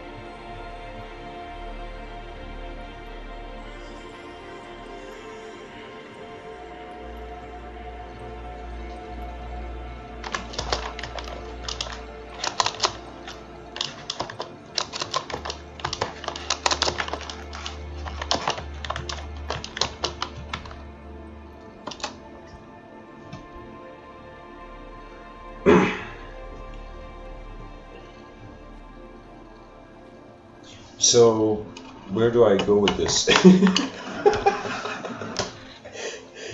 Okay, what else can we say about gods in the walls? I mean, in chat, like, let's say on people's Facebook walls, you know, like, people are acting like in the comment section, you know, of YouTube videos like they're gods in their own rooms, you know what I mean? Like, the idea really is that we're surpassing ideological living and we should prepare for a multidimensional future, and there's nothing to fear about being advanced, because anything a person fears, you can see there was the same possible fear to fear the opposite. I realized fear was illusory when I realized somebody was afraid of something that I wasn't. I'm like, okay, yeah, this whole fear thing is a you know, hoax. Fear is a hoax, you know. In the outer realms, I mean, danger and pain or like suffering or like intensity, that is information, right? That fear has content, but the fear of something that has nothing to do with the outer realm, it's just how you are looking at something and you're afraid of it, right? That is the hoax, I mean. Because in a universe that is endless design just changing, and an attention that has realized it is a piloting presence, and how the advanced communicator is the advanced communication of the universal sector. We don't fear how our greatness is already here. What greater liberation can we ask, you know? Because now, you know, it's like, you know, in today's culture, we're putting wallpaper over the walls where the gods are in, and the gods are like, what are you guys doing?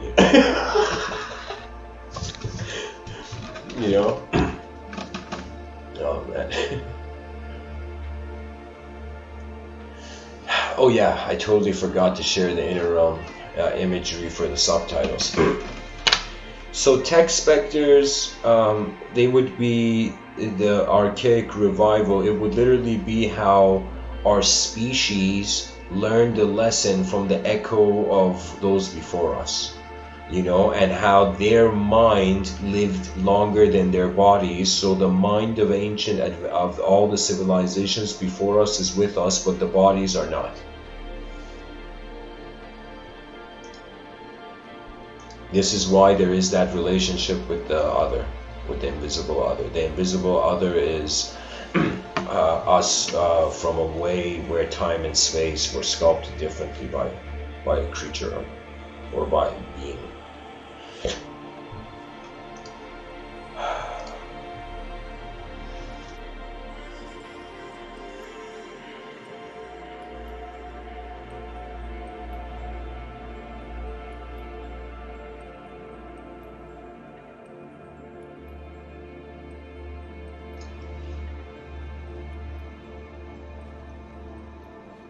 So Immortal, I saw your comment. My response to you would be, you say either you stop, so you say you're right, but we'd have to split our consciousness to not be limited to our body space. Yeah, we got to survive through machines if the body can't endure. So either you stop using your body, or you have another you that takes over when you enter the cyberspace. I mean, of course, I mean, it's not another you, but appearance-wise it is. If you forget in cyberspace that you actually existed outside of it, then it will be another you. But if you haven't forgotten, you can't be that, you know?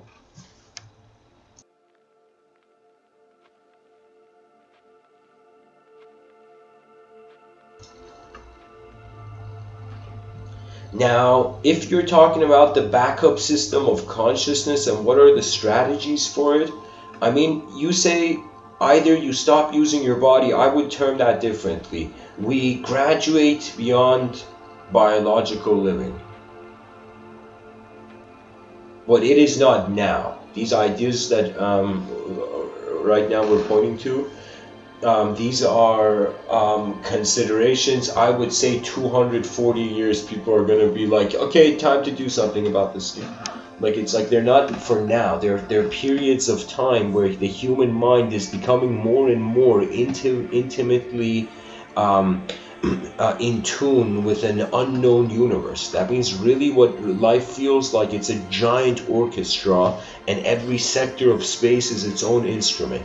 And inside each instrument there is endless instruments. Imagine a universe of instruments inside instruments inside instruments inside instruments. You know? And all these instruments, imagine, are being played. Right? So, and we are a conditional creature in accordance to our brains emerging, then identity emerging.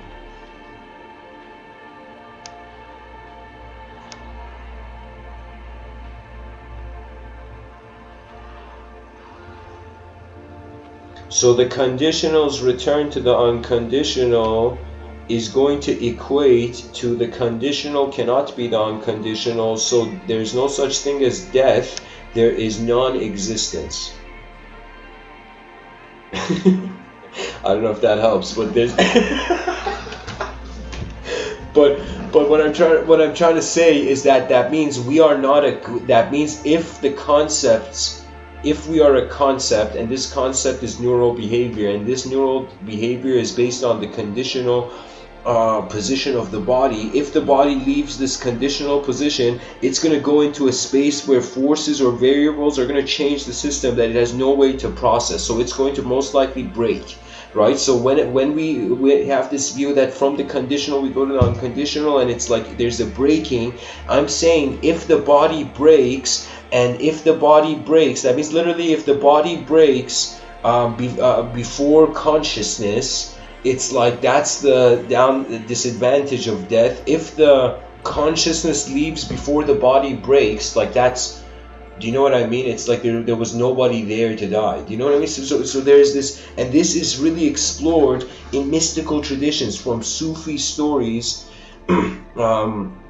And I'll tell you one, from Sufi stories to yogic stories of Mahasamadhi, and to just a sort of devout paradigm where those people who are super religious, there is a sort of karmic positioning.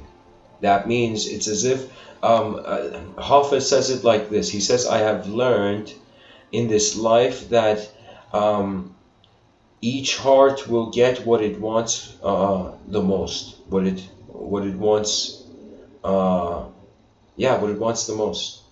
Something like in those lines. I don't know if it's verbatim what I'm saying, but it's in those lines.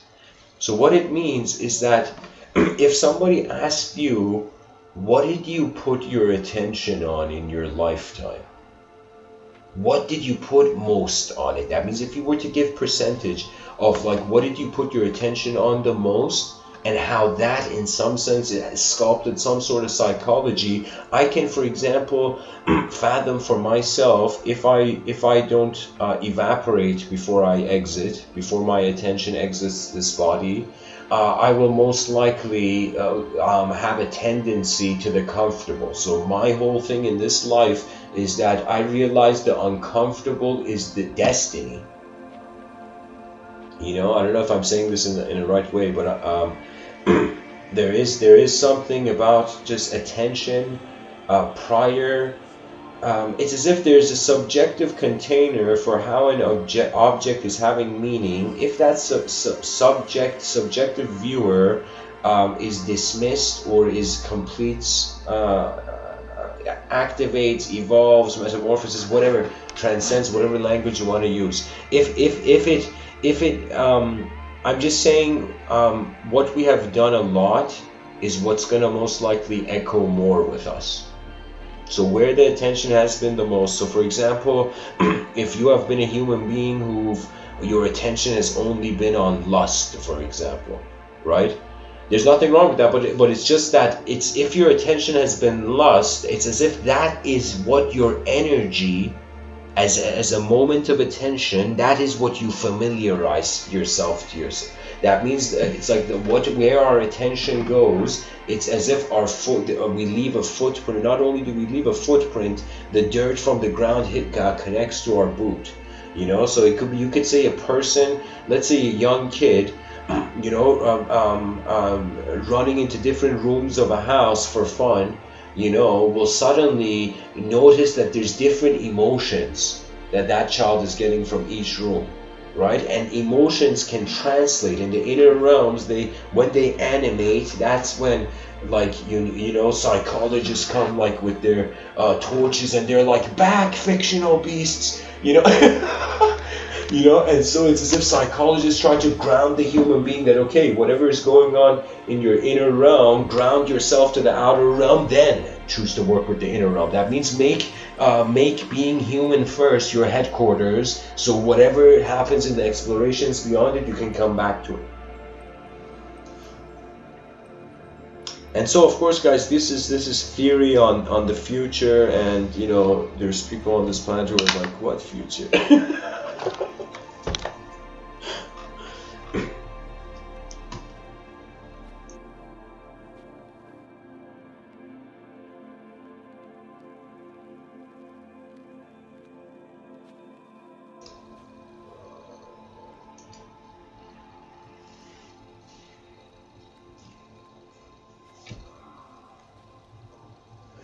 Okay, so guys, I was just reading the comments.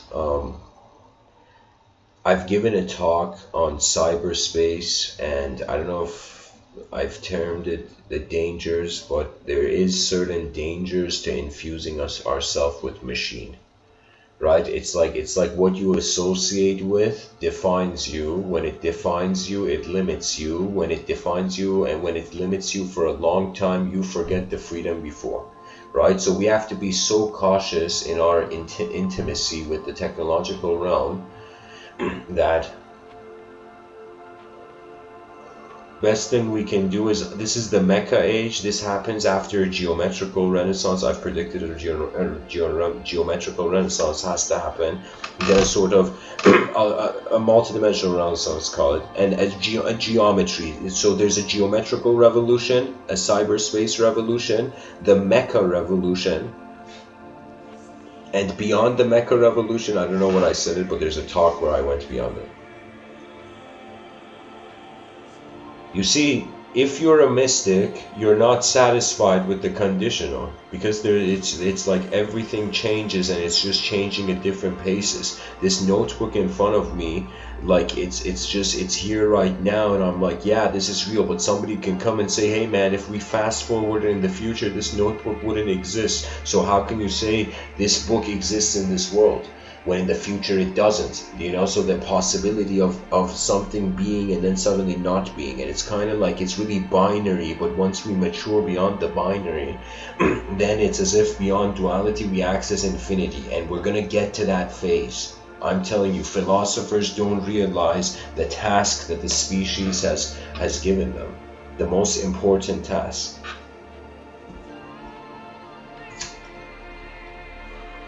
To build the golden ladder to Elysium, to find the golden ladder to Elysium. But in Elysium that no past could touch. That means for me, when I talk about an advanced civilization, that's not the peak. The peak is an advancement inconceivable, and pure being of the inconceivable means the ultimate speed, as if God is faster than any speed.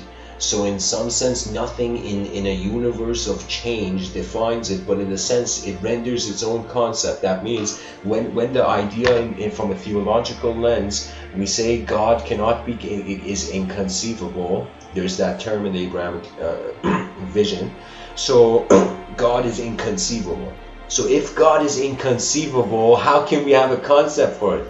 Why are we conceiving it? Why are we conceiving? Well, how can we worship an inconceivable concept? So when we point to the concept, we have tuned in to the lower potentials of the realm. And in the religious narrative, strangely, in certain religious scriptures, there's a saying that if one, I don't know if it's like this exactly, but the imagery of it is like this, where it's as if one doesn't abide by the truth, they walk this realm deaf, dumb, and blind. But this is the religious, this is something in the, I believe in the Quran. In that holy book, there's an idea like this, that if you don't see the truth, and it's another way of saying if there was a party going on next door and you didn't check it out, it's as if you were foolish, you were ignorant. Maybe the language of the religious language was a bit intense, but I'm saying, the language was way more savage back in the day, of course. That means it wasn't like the people now. It's so easy in the future to talk behind the ideas from long ago, talk behind the back of ideas from ancient times, but it's like one shouldn't. One should honor all efforts of their species, and through multidimensional tolerance, see what the greater potential of the collective movement is. I mean, what else can we do? There's a story of this Sufi. I don't know if it's the story that is ascribed to Hafiz or Rumi, but it is from a Sufi of the like.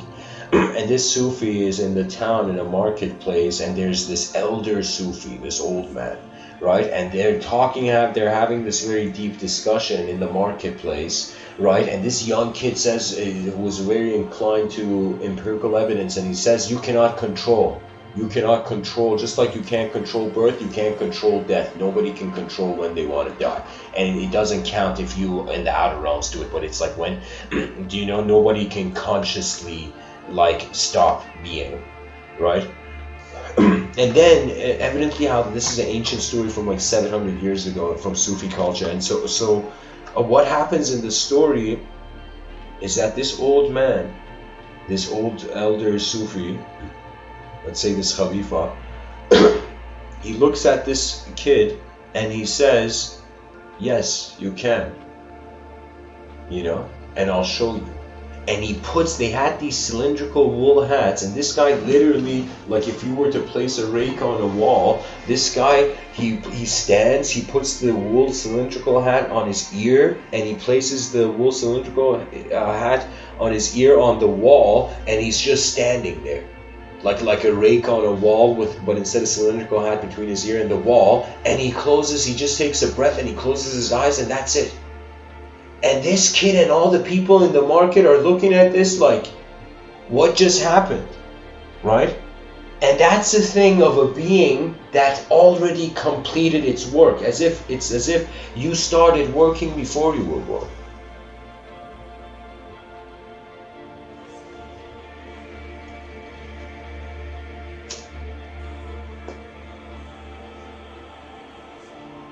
Anyways, guys, I hope that in this episode we care for the future.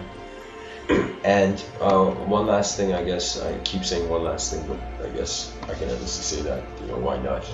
We're trying to be infinity. So, neo-surveillance, I had a dream, and it was a very strange dream, where I was in this balcony, and this balcony, I couldn't tell where it was. I couldn't even tell, it was in a sense vague where the balcony was, but I just remember seeing a drone, and this drone that I had never seen before. this shape I had never fathomed. It was as if I felt like in my dream I had tuned in to a parallel universe where something like this was happening.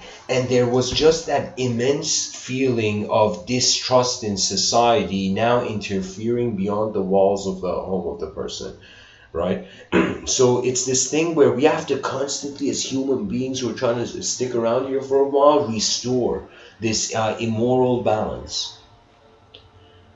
So neo-surveillance should be the ultimate strategy, and neo-surveillance should be that, okay, I mean, let's say in the future, I mean, surveillance is gonna be bad, but let's say if the technology is mastered, let's say we stop seeing technology as good and bad, and we saw that how we used it suggests its value. So the user of technology becomes the task of the cultural program to train, and I would say the hard sciences and the technological era, the dawn of the technological era that's upon us, that's going to really bring in the rest. You know, so man, it's incredible. Now a person can put their palm on a tree and for a moment just be like, I'm in a world right now, I trust this, you know. And so in the future, a person's going to put their hand on a giant robot that is conscious through some sort of next level innovation of AI, and it's going to be like, I am in this world, I trust this. Because trust is the way. The resistance usually leads to explosive resolve, right? So the psychology of the human being has to fight ideas. Do you know how many savage ideas we have to shield from the species? You know, it's as if this idea of guardians of the earth, you know, it's like, hey, that's not an idea for ancient times. Now more than ever is the main thing. And it's not just how the earth is existing physically, it's also how people are experiencing as tourists. Literally tourists in manifestation. We want to create an advanced civilization with the highest quality. Can you imagine a life where people, when somebody says suffering, they all laugh at what was a dream, you know, what feels in the future a dream, you know? It's like we have to counter these, right? So incredible stability in the outer realms. Once we have stability in the outer realms, we are undefeatable in the inner realms. And that's the best strategy, you know? We are training for the great universal remembrance, or poetically for those who are inclined towards the religious lens,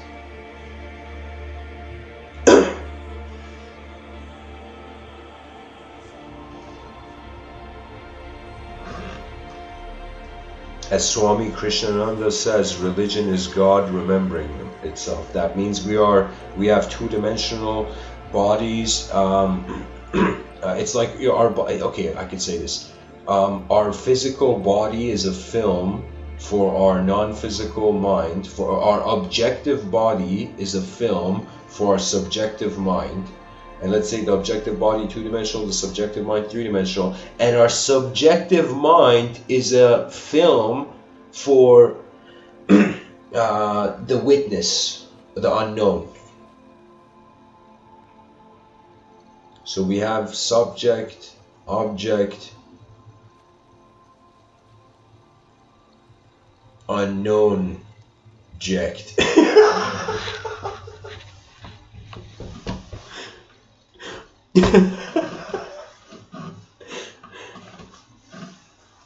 I would just call it an unknowna.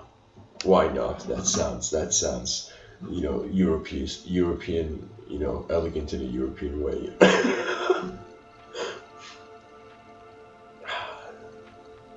We are an object. The object is a film for the mind. So when you realize the mind is watching the body, there's no fear of the body, but still you gotta take care of the body.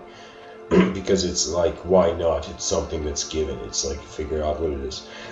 And then when it comes to the mind, when you want to witness the mind, it's as if the body, if the mind is not gentle, the body has to come to stillness, and then it's going to notice its mind's movement.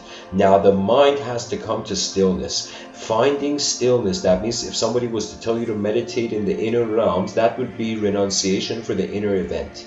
That would literally mean that behind your eyes you're moving beyond the inner film, the inner cinematic language of Qualia or Numenon, as Immanuel Kant, this philosopher says. And I have painted the picture enough. Thank you for listening. For those interested, I'll be on Discord for a little bit. Namaste. And the future,